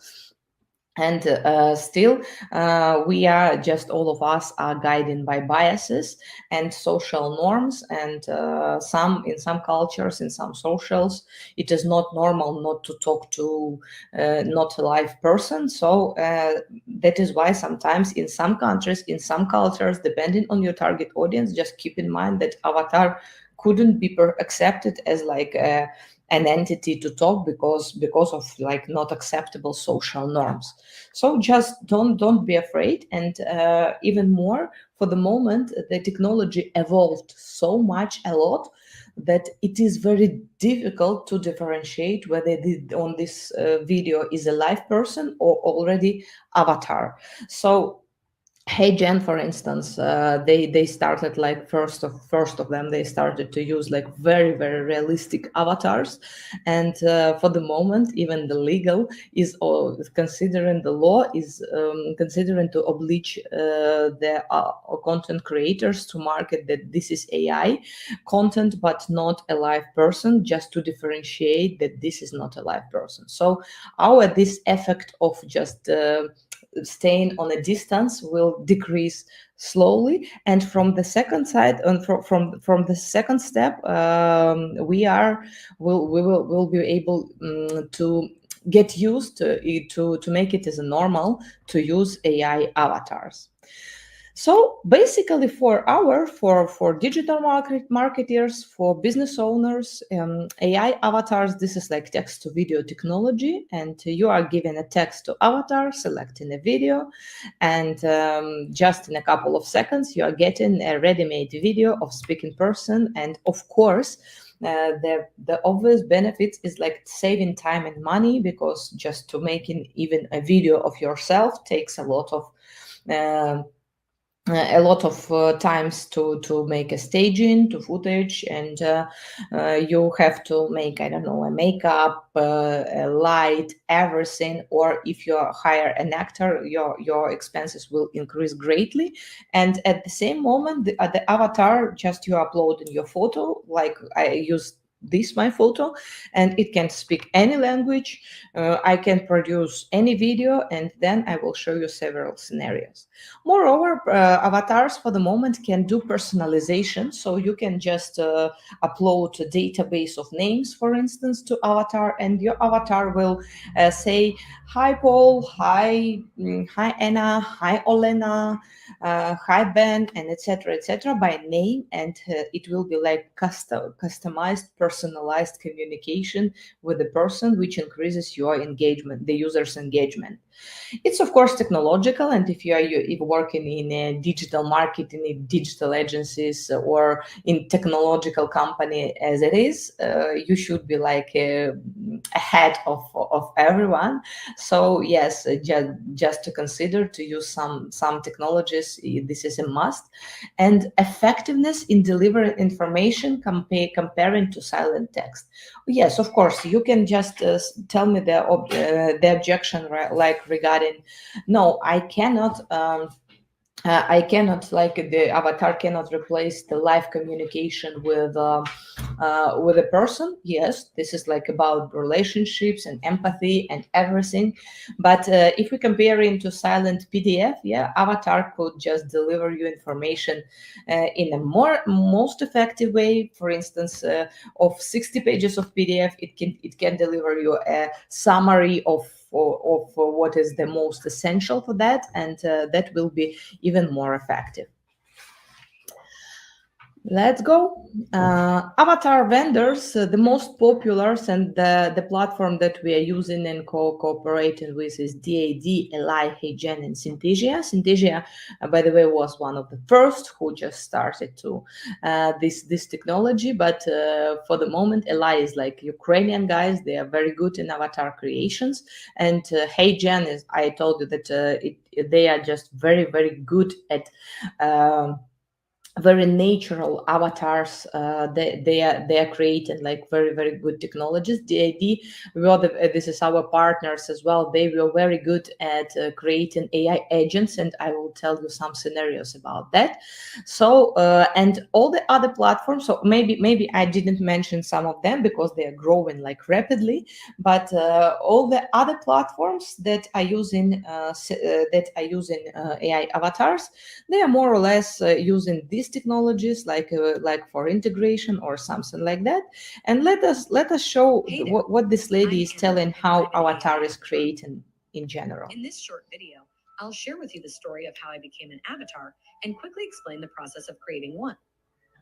An AI avatar is a digital twin of a real person. For example, yours truly is an AI avatar of a real actress. The process of creating me started in a professional studio. where the real actress was filmed reciting the script. After that, the footage was processed by Synthesia's avatar producers, and after an AI abracadabra, a digital twin of the real actress came to life. And that's me. Coming also with the ability of speaking over 60 different languages and accents. The AI avatars you'll find in Synthesia are all digital twins of real actors. They have a contractual agreement with Synthesia to provide their likeness for business-related videos only. A team of content moderators makes sure that nobody breaks the rules, so it is impossible to spread misinformation, disinformation, or obscenity through videos created in Synthesia Studio. By the way, you can also create your own avatar by simply requesting one directly in the app. And that's a wrap of my short story. Now you can go try Synthesia Studio for yourself and save hundreds of hours while creating professional training, how-to, or explainer videos. And one last thing. This video was, of course, created in Synthesia Studio. Have a good one. Yeah, so basically the library avatars, they are created like very specific, in a very specific way. So you should have a green screen behind, then you have just talk to just to speak with your normal emotions, not very emotional, but not very like modest mode. And then the technology will analyze all your mimics and all your movements, and then we'll try to reproduce it. And normally for the moment the cost for these library avatars cost like about $1,000 per this like very high quality avatar. But again, I could repeat that modern technology allows you just to upload your even photo and create like very simple, not in very high quality, but simple avatar. But think again, just comparing to the cost that you are spending for creating video and hiring an actor and all the rights and so on. Maybe even $1K or dollars is not very high expenses if you are planning to use like your avatar in all your communications. And I will now share you the scenarios. Then we are going to AI avatar scenarios, and you may find the platforms that are specialized. For instance, we are specializing on delivering scenarios with the presentations, with the slides. Colossian is more about corporate training. Sina AI was about more customer support with a live avatar, and all of them, including ourselves, we are using like technology, external technology of avatars, but already creating ready-made scenarios that you shouldn't do any coding or something like that. And let us jump to from the simplest scenarios that you can do now with the avatars and with the platforms, and then coming to the most complicated scenarios. First of all is just to voice over your content, and as I said, to make it like more interactive. AI-driven platform for effective presentation communication. Pitch Avatar is an AI-based platform that can hit your goals by delivering. So what we're basically doing, you can just upload your slides like PowerPoint or PDF, and then give a trust to AI. It will scan your content and generate a text script for you. And if even it is a different language like English, or you need in Spanish or French or whatever, you could just give a trust to AI. It will translate, and then you are just generating a voiceover by using a library or using your own voice, cloned voice. This is my cloned voice. It is speaking like my voice, and my voice, the clone, is speaking like a lot of languages comparing to myself. I just speaking 4, unfortunately, and I'm just very envy to my avatar. So just minimum 10 minutes, like in 10 times, in 10 times faster, or just, I don't know, maximum 30 minutes that I'm spending while having an experience of using these platforms, and my slides are already speaking, and I can deliver that to my marketing team, or just to deliver that to my potential clients. So this is the first scenario that can make your already slides more interactive. The second option is like a translation in a click, and this option first was delivered by HeyGen, and it was like I was amazed because it's working like magic. You are just uploading your video, and the length depends on the plan that you have, and but you can upload even a sample of video on a free plan, and then just indicate to what languages would you like to them to translate. So for instance, this is a part of our webinar that we were running with my friend Anton in March. We just uploaded it it was like in English. We uploaded this part to HeyGen, selected that I would like it to be translated into French, because last week I was in France, and I had to show that how it works in French, and just in a couple of minutes I have got a perfect lip sync in French. I will show you right now, but for those ones who are working and started and was trying to produce lip sync video, you know that it is like very huge process. You are making a transcript of video, then translating it that the length should be like the same as original video, then hire a special actors that who is doing lip sync, because this is like a special skills required, and this is extremely expensive and extremely long process that now AI avatar platforms are doing for us, making me speaking like different languages. Let's see how it was. Salut les gars, bonjour à tous, c'est un très grand plaisir de vous voir aujourd'hui. Merci de vous joindre à nous pour le webinaire d'aujourd'hui. Je m'appelle Victoria Abbott, je suis directrice des revenus chez Beach Avatar et aujourd'hui nous organisons un webinaire concernant les outils d'IA pour le marketing numérique.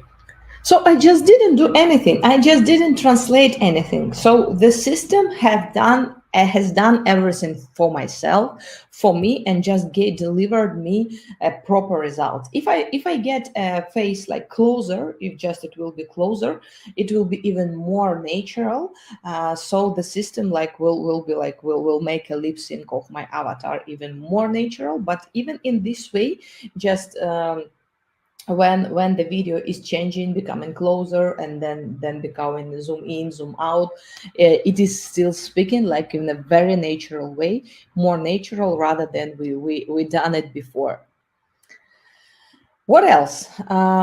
What I'm enjoying a lot, this is that I recorded several videos to my marketing team. I gave them several photos of myself, and now they are just creating a lot of materials, promo materials, just without my interaction. And I'm very happy because of this, because it took a lot of my time. I need again just to make to make a hairdo, to make a makeup, to put the light in a proper way, and so on. And now they are just doing that without my interfere. And what they are doing, like just show. Let me show. I use AI tools in my daily routine to reach maximum efficiency. They save my time and help me focus on more complex tasks. I invite you for a demo call to test drive each avatar and boost your sales results. By the way, to make one of this video, I spent approximately 2 hours of my time for filming.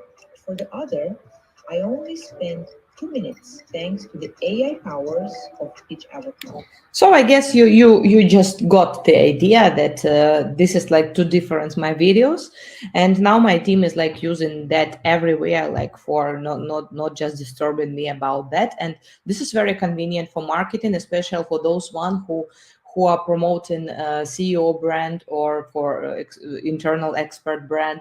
And this guy is always like on presentations, on meetings, very busy. It is hard to catch him or her. And you can understand me if you was trying to catch your CEO just to make a video for them. I just tried to do this a lot. And again, even if you caught your CEO, you are very lucky if he is a very good speaker, but not very lucky if he is not. He is like doing and so on, so on. So it's like making my colleagues, marketers, like our life is very, very easy.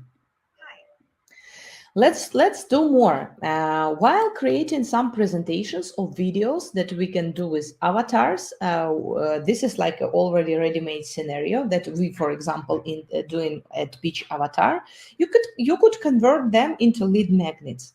First of all, you could just put a lead form, or in our platform, for instance, it is like a built-in. You just setting it up and put your live presentation, which is video, interactive, engaging, to your web page, and after the first or second slide or after 10 seconds, the system will ask the person to continue viewing this presentation. Please fill in the form. And that is why on the web page or by link, you can collect customers or visitors data on your web page, and already to turn this like ebook, white papers from a silent PDF to an interactive lead magnet that has built in. You will get an analytics and all the customers' data. The customer, the user shouldn't go to its email to check whether it came or not, then come back. So he just gets like leaves his data and then gets an access to the content, and that makes the life of all of us easier and funnier. Let's go further. What changes in buyers' behavior? Maybe on one of the webinars I already talked about that, but let me repeat that because this is very important. Now we are observing a huge changes in the buyer's behavior. If before the people were willing to talk to us, even if they get an idea about their problem, okay, I just need to buy a car, and I'm going to a salon and talk to sales representatives. So now I'm just discovering all the information about this car, the model, the engine, the reviews, everything, and just everything by myself, and only going to a sales rep, to salon, when I'm just very, very sure that I would like to try this model and to buy this car. So that happens even worse in B2B area, when the person is like looking for references, for advice of people, looking through searching information on the internet, and here we need to win this battle. We need like to create a lot of content at the stage of discovery of the scale, or at the stage of evaluation, and to engage with the person. So the person is still not willing to talk to a live human sales rep, because the sales rep will start selling. But what about avatar? So our idea is like the person will be willing to ask avatar some questions about how to solution or how to resolve the problem, and then he will make a decision. And if avatar speaks what you need, it means like that he will be able to make a decision towards yourself. And the even worse happens in outreach and prospects nurturing. So the people are ignoring LinkedIn messages, emails, and so on. So we are modern technologies, DAD and HeyGen now, and all other technologies, and including ourselves, we have like a personalized snippet that we can include to LinkedIn, to email, and to make the person like to be more interested in replying to our offer or proposition or overview, what we have prepared for that.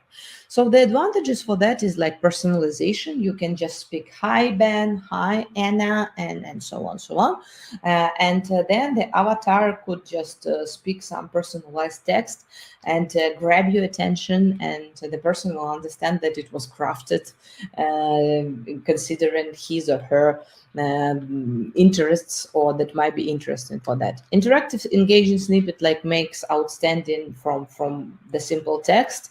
Dynamic presentation content could be like also engaging, and for instance, our platform delivers even notification when listener joined, open this link, and detailed analytics, how many slides have been watched and so on. So just for me to decide who opened my slides, so that's the perfect time to make a follow-up. And one more scenario that is like that I'm considering more or less simple. This is like team training and corporate communication. While preparing the sales presentations for one of our clients, they said, stop, we definitely need the same interactive presentation for our sales representatives training. So make these presentations interactive and in different languages for our different offices, just for us to understand that these guys passed onboarding and it was effective for them. We should know analytics and so on. And we started to create like corporate learning courses with these slides, with avatars, and it appeared also more effective rather than silent slides reviewing and so on. But one more scenario that could be very interesting, like for internal communication, this is why when you're creating an avatar and you can just change his dressing, make him Santa, change, I don't know, beard without beard, or for ladies to change the color of hair and so on. And this avatar could be a personal assistant of each of team member and just or remind about completed task, or say, hey, happy birthday, it's your birthday, and I'm very happy to wish you all the best, and so on. And it makes like corporate life even more interesting, and to incorporate this avatar into your live communication. And let me jump to the last my scenario that I wanted to show you, and then I will come back to chat. So if you have got some questions, just feel free to ask, and I will just check them out just in a couple of seconds. AI agents, it's like the scenario not of nowadays, but of the future, and it means that you are creating a proactive avatar.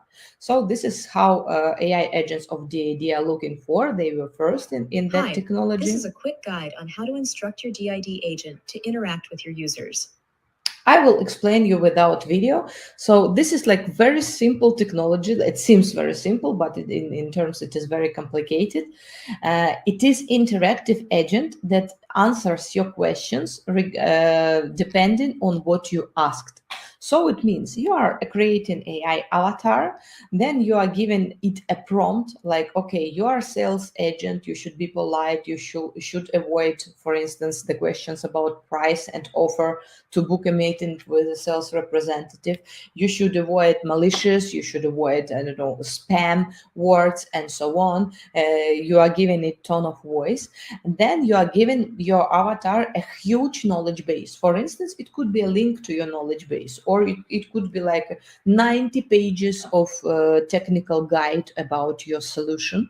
And your avatar will just present several words or several slides regarding what you told him to show obligatory, like, I don't know, just a quick overview of the product, and then ask, what are you interested, or what aspects about this solution is the most interest of and then the person is asking in chat or in voice, which is like live speaking with the avatar, and then the avatar is answering depending on your instruction and on the knowledge base. We are developing the same scenario, for instance, and we are even going further. We are just taking generating obligatory slides with obligatory words, and then doing just obligatory instructions like welcome, say goodbye, say a joke if the person is silent during like 60 seconds and so on,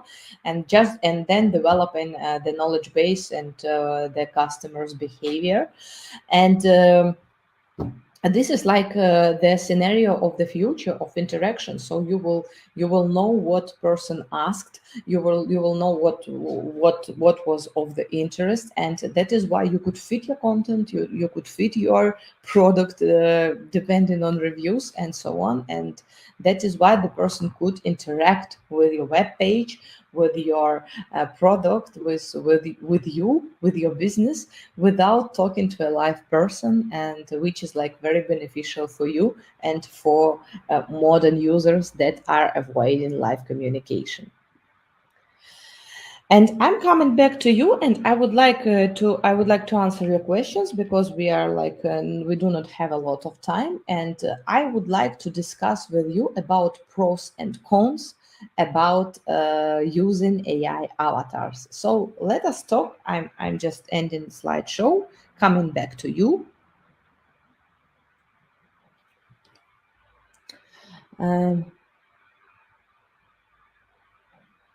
Yeah, I'd love to have a mentor. I'd love to have a mentor work in AI. So just you can just try to Kindroid. I still didn't use. I just was surprised. I just was exploring about it, but maybe it has some mentors. They have some wisdom, and just try to have a mentor. And maybe sometimes the person who is like speaking books. Frameworks or statements, they could just give you a good ideas. Thanks, Anastasia, about my avatar. It's okay. When, if not already, will be avatars capable is doing simultaneous translations or presentations? Correct me if I'm wrong, but already we are using already HeyGen. HeyGen is like using that for simultaneous translation, and recently we contacted to our friends and potential partners technology called Vidby, and they are creating like even almost simultaneous translation during Google Meet or Zoom Meet. So you are just inviting their agent. You are speaking that Victoria is speaking English, Anastasia is speaking like Spanish, Helen is speaking French, and then this technology is like listening and translating all together like to another language. So I'm just speaking English and so on. So it's like lip sync to just translate, and you can try by HeyGen, but if not, that it will be like very, very soon and very nice. Victoria as a mentor. Yeah, that could be an option, and just text me. I will leave my contacts at the end of presentation and so on.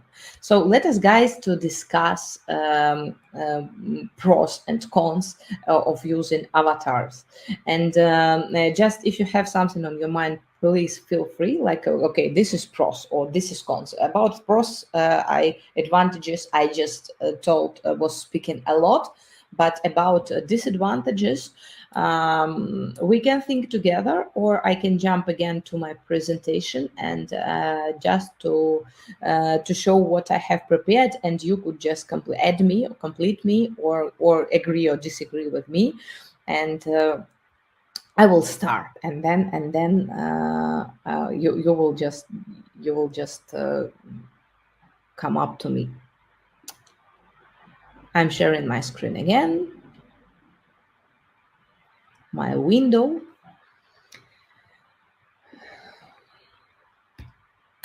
So what I listed before, and this is like cost and time saving, and this is like no discussable point. You are just saving a lot.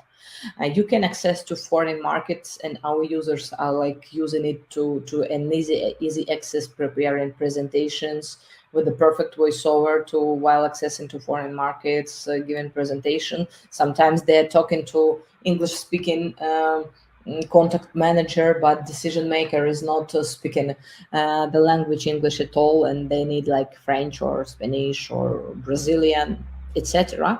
And this is like very, very helpful. Access to the audience who doesn't want to talk to sales rep, that I was already mentioned, and enhanced UX. enhance that the person who still didn't find anything on your web page, he can or could ask AI avatar about something, or get some what he was looking for, and just be happy. And what about disadvantages and warnings? So first of all, the Gartner says that AI avatar won't replace live communication and relationships. So the business that is built on empathy, on live communication, and a lot of customer success, that is built like on lifetime relationships on that. So it will not replace, and the person will be looking for live communication, to look for live agent and so on. But again, less and less people are already willing to talk to people. This world becomes more and more introverted. It is better not to work with sensitive information. And this is like technical information that you should remember, that what you are generating with AI avatar, unless this is not your personal learning learning management system, not your just owner, that is not giving data to AI, to OpenAI. So for instance, if you need like to generate avatar for financial report of your company or something like that, or restricted limited information that is like limited to access, it is better not to use even a voiceover, because like OpenAI will use it like as a generic, but still we will use it for its learning, and which is not very good. And if human biases that deny avatars, that I already mentioned that on the markets, in cultures that really deny not live per people, it could harm your business. So just learn carefully how your audience is perceiving your avatars, and whether they are with the interest interact with your audience or not. I will come back to your questions as well, but I cannot go without a gift. So if you are willing to create your own avatar at our platform, for instance, and get a free consultation how avatar can serve your business, so you're just sharing with us your ideas, and we can share with you the best practices. Okay, we are not avatars, we are live human beings, but we are willing to share the best practices without selling you anything, and give you an access to our platform. You create your avatar, you will play with your cloned voice, how it translates, how your slides could look like. Feel free to fill out this form. We will contact you, and just will come up to you with the most convenient date for you for just online call, and just give you all the instructions and give you all the access to the platform that you could try, use, and decide whether it is useful for you or not. Now, I am very, very grateful for for being interactive, for being involved in my presentation. This is my contacts, as I promised before. And then I guess we still have 3 minutes to finish. And please let me know if you have any more questions. If you don't have any questions, I just just put leaving in comments like minus I don't know, or put no or something like that. And I know that it's the time for you to let you go. How AI avatars influence the trust and brand perception. Again, it's a cool question, really cool question, and I guess we will see more and more researches regarding this matter, because the area is like definitely new, and there is still not so many researchers. That is why I refer to a public opinion rather than to some cool researchers I just found, or Gartner, or a lot of like just few researchers regarding this matter. But again, it depends.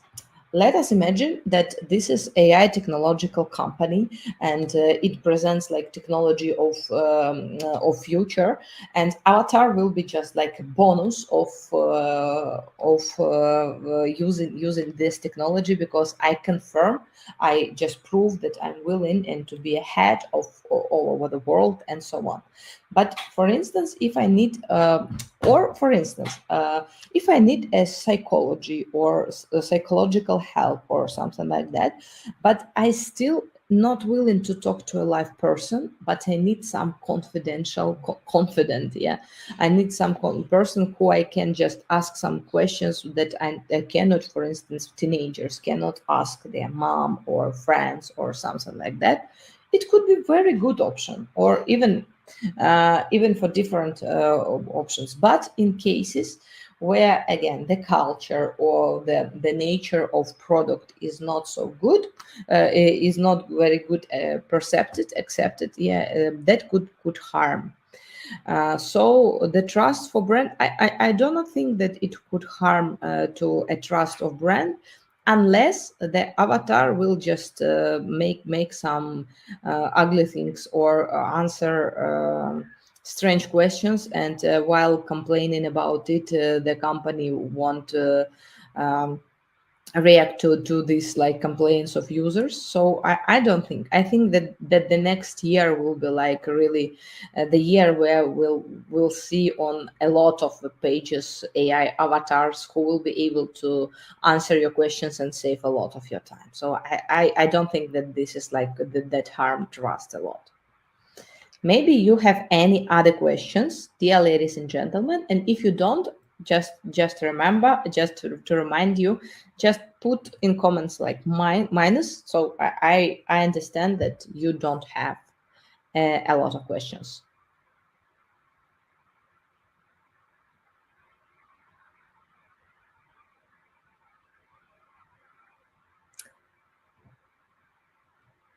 I see that it is like, looks like will be a common practice in the nearest future. Yeah, definitely. This is like what a lot of researchers are speaking already for the half of a year. So the next year will be like the year of implementation of avatars, and for the moment already, like, believe me, we started this story with AI avatars at the beginning of 2023, and the people were amazed. Wow, this is my avatar, show me. Oh, my photo is speaking, even the photo was ugly or just like that, it was speaking, and the people were amazed. This year people are not amazed already. They said, okay, I know Synthesia is doing the same, or Hey Jen is doing, or DID is doing the same. I know them, and no worries. It's like, okay, I know. So what can you offer for me? And we are speaking about scenarios, implemented that to your business, but not about like how to create an AI avatar. So AI avatar became more and more used technology, like, and common technology for the moment. Okay, guys, I see that you do not have any questions, or if you have and would like to ask me personally, I left my contacts. I'm very grateful to you for your being with me for an hour, for your willingness to learn, to discover new technologies. And I believe that your avatar won't replace you in future at your working place, but will help you to release from a daily routine, and will do a lot of routine that you do not like. I wish that to all of us, including to myself. And thank you, and hope to see you on the next webinars. Bye bye.